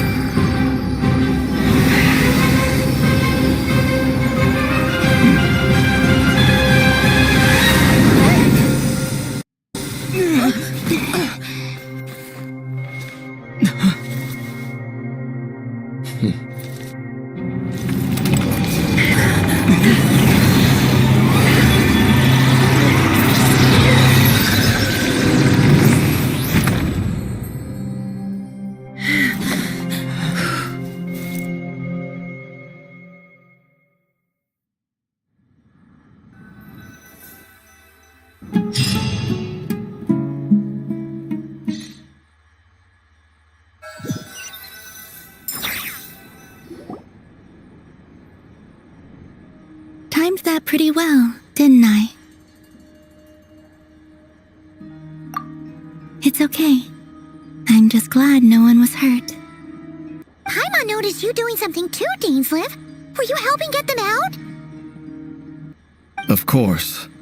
When I asked Nefer to conduct this investigation, I was not naive to the dangers involved. I had a duty to ensure your safety. Good to know your sense of justice is still intact after all these years. I take that to mean that you saw the truth. That comes as a great relief.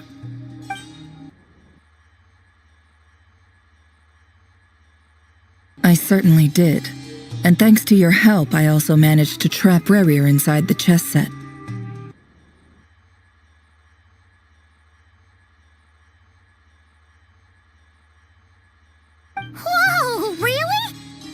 manage that? Well, to be honest, I sensed that something was wrong long before we made it to the temple. By using this fragment to probe into Rerir's past, well, the monster formerly known as Rerir, it seems I alerted him. I was tracking him, then he caught on and started tracking me too. Can't say I'm surprised. But how did he track you through your thoughts alone? That shouldn't be possible. Rerir was a secret agent who reported directly to the Vinster King. He is an expert at finding a trail and hunting down his pursuers. No wonder. He infiltrated the chess set, read my thoughts, and built a new virtual chess set inside of it. That's why we weren't able to leave at first. Speaking of your chess set, it's quite a remarkable item. Would I be right in thinking you have some connection to King Deshret?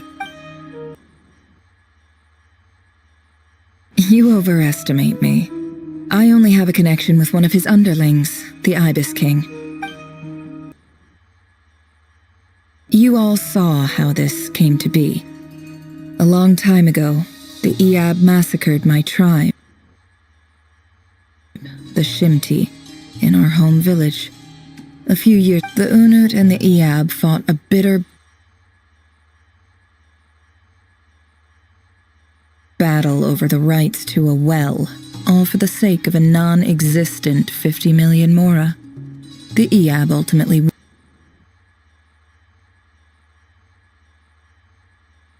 The final blow to the Iab came at the victory feast, when an Unut assassin beheaded their chief right before my eyes.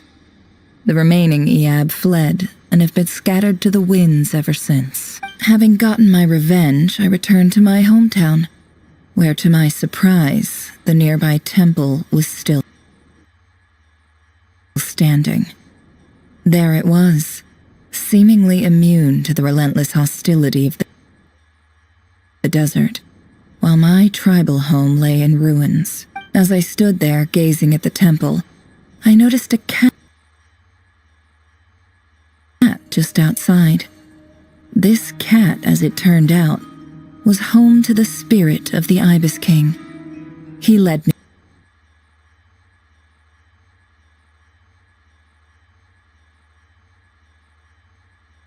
to a gate deep inside the temple, and there he made a deal with me.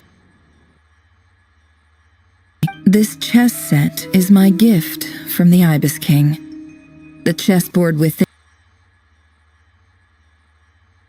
is made to the same specifications as the one in the mausoleum of King Deshret, and represents his power of piercing analysis. With this chessboard in its container, I gained a certain ability to perceive hidden secrets.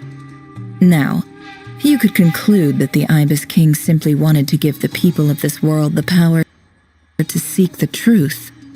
But I don't believe that's the full story. Every god plays favorites. Their hearts are as fickle as any human's, full of secrets, perversions, egotistical tendencies. But precious few gods are willing to admit this.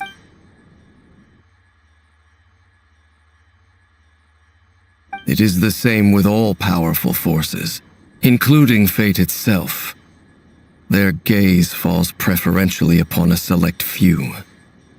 As you rightly point out, this is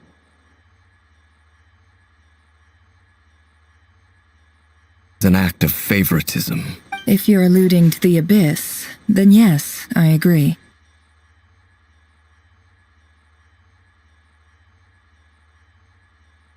Gather the others. It's time to share everything I've learned.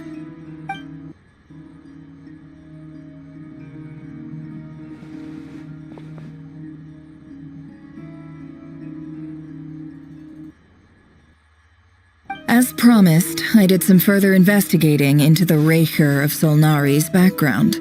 I am pleased to report that the investigation has been most fruitful indeed. The Rerir of Solnari, real name Rerir, was once a Khanrian subject who served the Vinster King. I will now share the important details of his story. Please save any questions or comments for the end.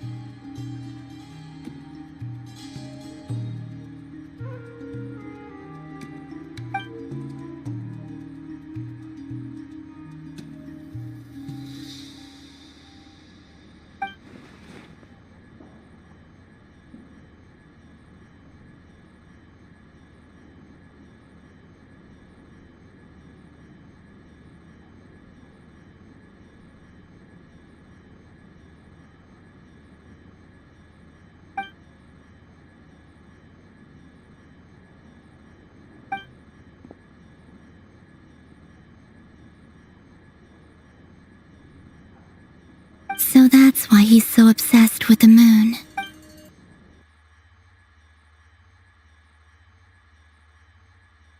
A tragic tale, to be sure. But it does not excuse his many transgressions. No matter how much Rerir suffered in the past, the fact remains that he is what we know today as the Wild Hunt, wreaking havoc upon innocent lives in Nod-Krai. He becomes more dangerous with each passing day. If left unchecked, it is simply a matter of time before all of Teyvat suffers the consequences. This is a threat that the Knights of Favonius can... A question for Miss Columbina. Forgive me if this is presumptuous, but have you ever seen the spatial gateway that appeared in Rerir's memory? Never. But I have heard stories of something called the Moon Gate, and this seems to fit the description. Miss Lauma, any thoughts on this? In the lore of the Frost Moon Scions, the moon is believed to hold many secrets. Some sources speak of ancient knowledge, others of a gateway to the unknown. The term Moon Gate is one I have heard before.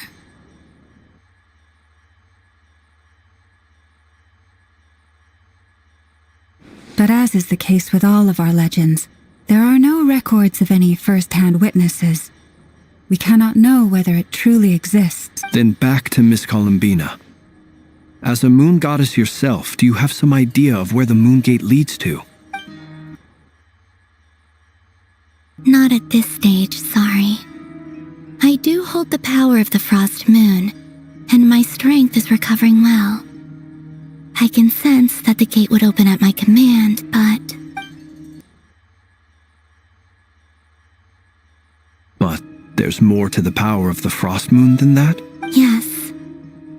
A moon goddess has the right to open the Moon Gate, since it is a path to the moon. But as Nefer mentioned,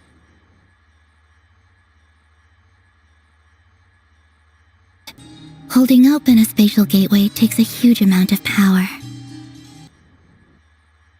And right now, I need to conserve my energy to fight the Rerir of Solnari. I'm afraid this is one mystery we may have to leave unsolved for now. I agree. Better to save your strength. But if you'll humor me for a moment, I have a bold conjecture of my own regarding the world beyond the gateway. I highly suspect that neither Tholindis nor Rerir made it through unscathed. The evidence pointing to this is the fact that the Rerir of Solnari exists in the form of countless fragments.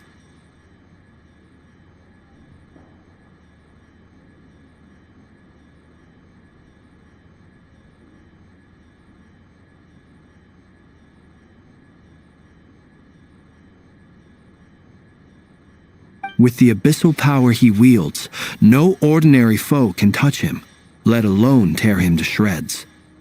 And yet, the Wild Hunt proliferates wherever his scattered fragments lie,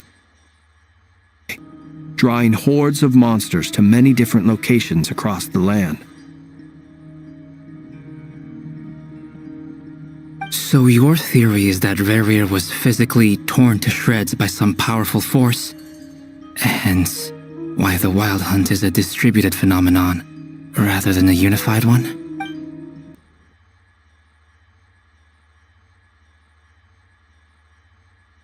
Makes sense to me. Explains why the Wild Hunt is so pervasive, and why he's been trying to piece himself back together. He was whole to begin with, and he wants to be whole again. Without the power of the Abyss on his side, he almost certainly would have perished the moment he was torn apart. But the Abyss, much like a curse, has kept him alive. I could not agree more. The power of the Abyss is most surely a curse.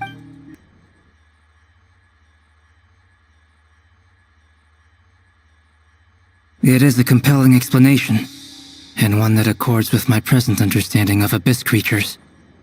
Whether the life form in question is primitive or advanced, if a curse has extended its lifespan unnaturally, it will continue to survive in spite of everything. This raises some interesting questions.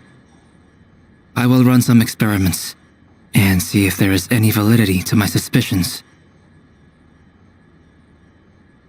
That being said, regardless of whether my research bears fruit, I would like to thank Miss Nefer for conducting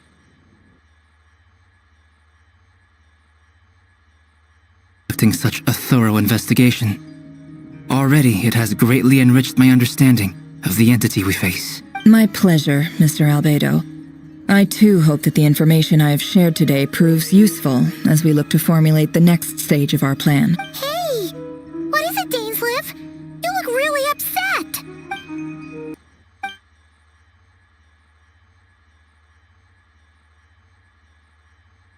It's just, when I think of the man I once knew as Rerir, I struggle to understand why things had to turn out like this.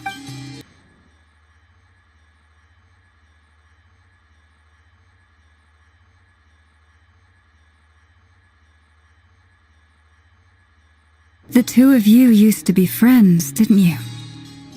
I don't know if these words will bring any comfort, but my heart goes out to you. Mine too. We could never know all the hows and whys of the way things are. The moon and stars are full of untold secrets and lies, and the skies are host to many more mysteries than these alone. Yet, none of that can begin to compare with the complexity of human life.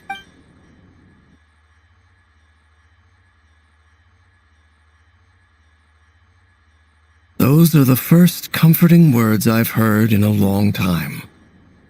Thank you both.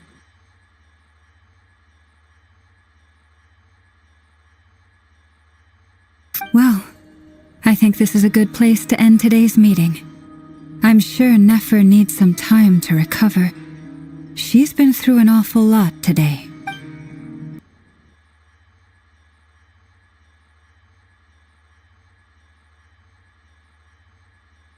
That's very thoughtful of you, Lama. Of course. Sounds good to me. Take some time to rest and digest before we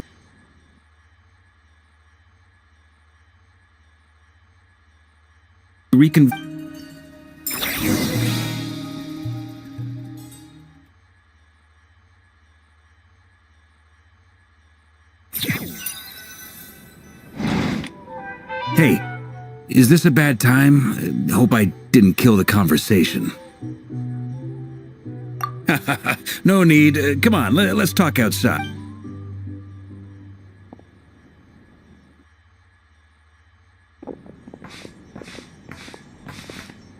Anyway, Nefer went back to the curatorium to get some rest. But before she left, she shared some things with me that I thought you should be aware of.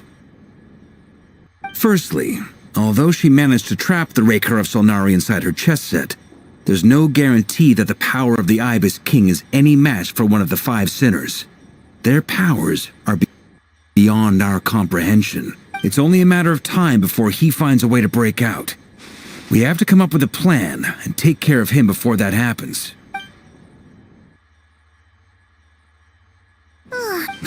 Well, I asked her that same question. She talked for a long time, but for the most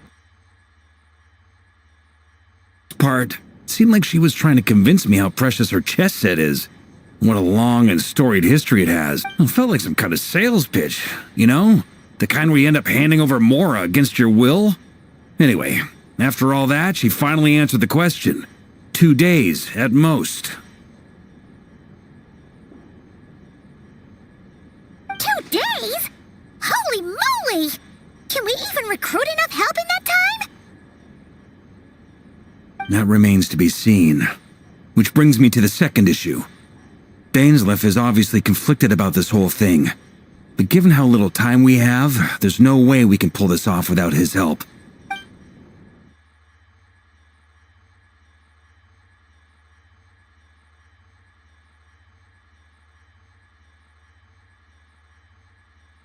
Great. I appreciate it. All right, on to item 3. So, Albedo, Durin, and I put our heads together and came up with a plan. Can't promise it's gonna work yet, but at least it's a start. We figured we'd bounce the idea off you first. We'll explore it further once everyone's recovered.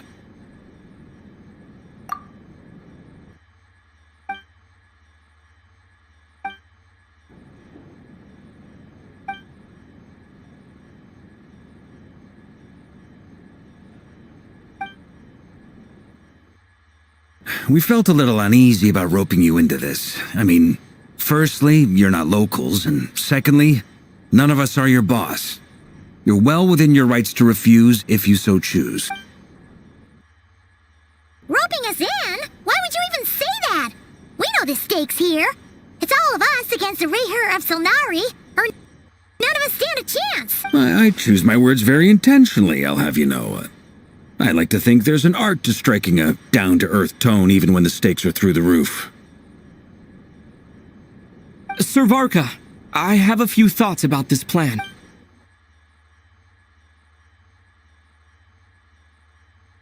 I think we can be more flexible with how the roles are allocated, in my view.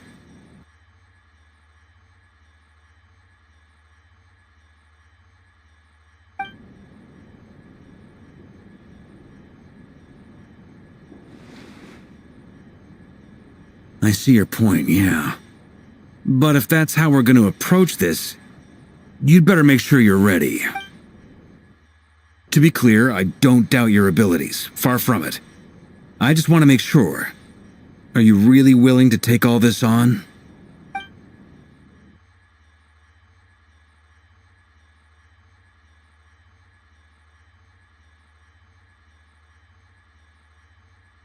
Well, that tracks with what I've heard.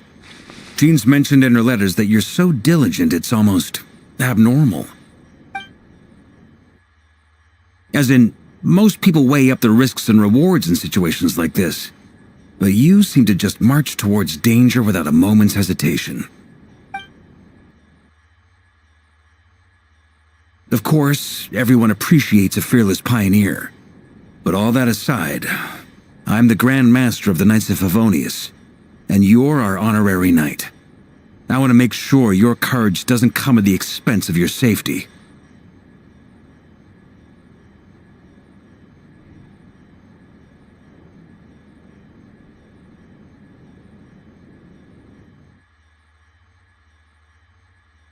Thank you, Sir Varka. I should be the one thanking you.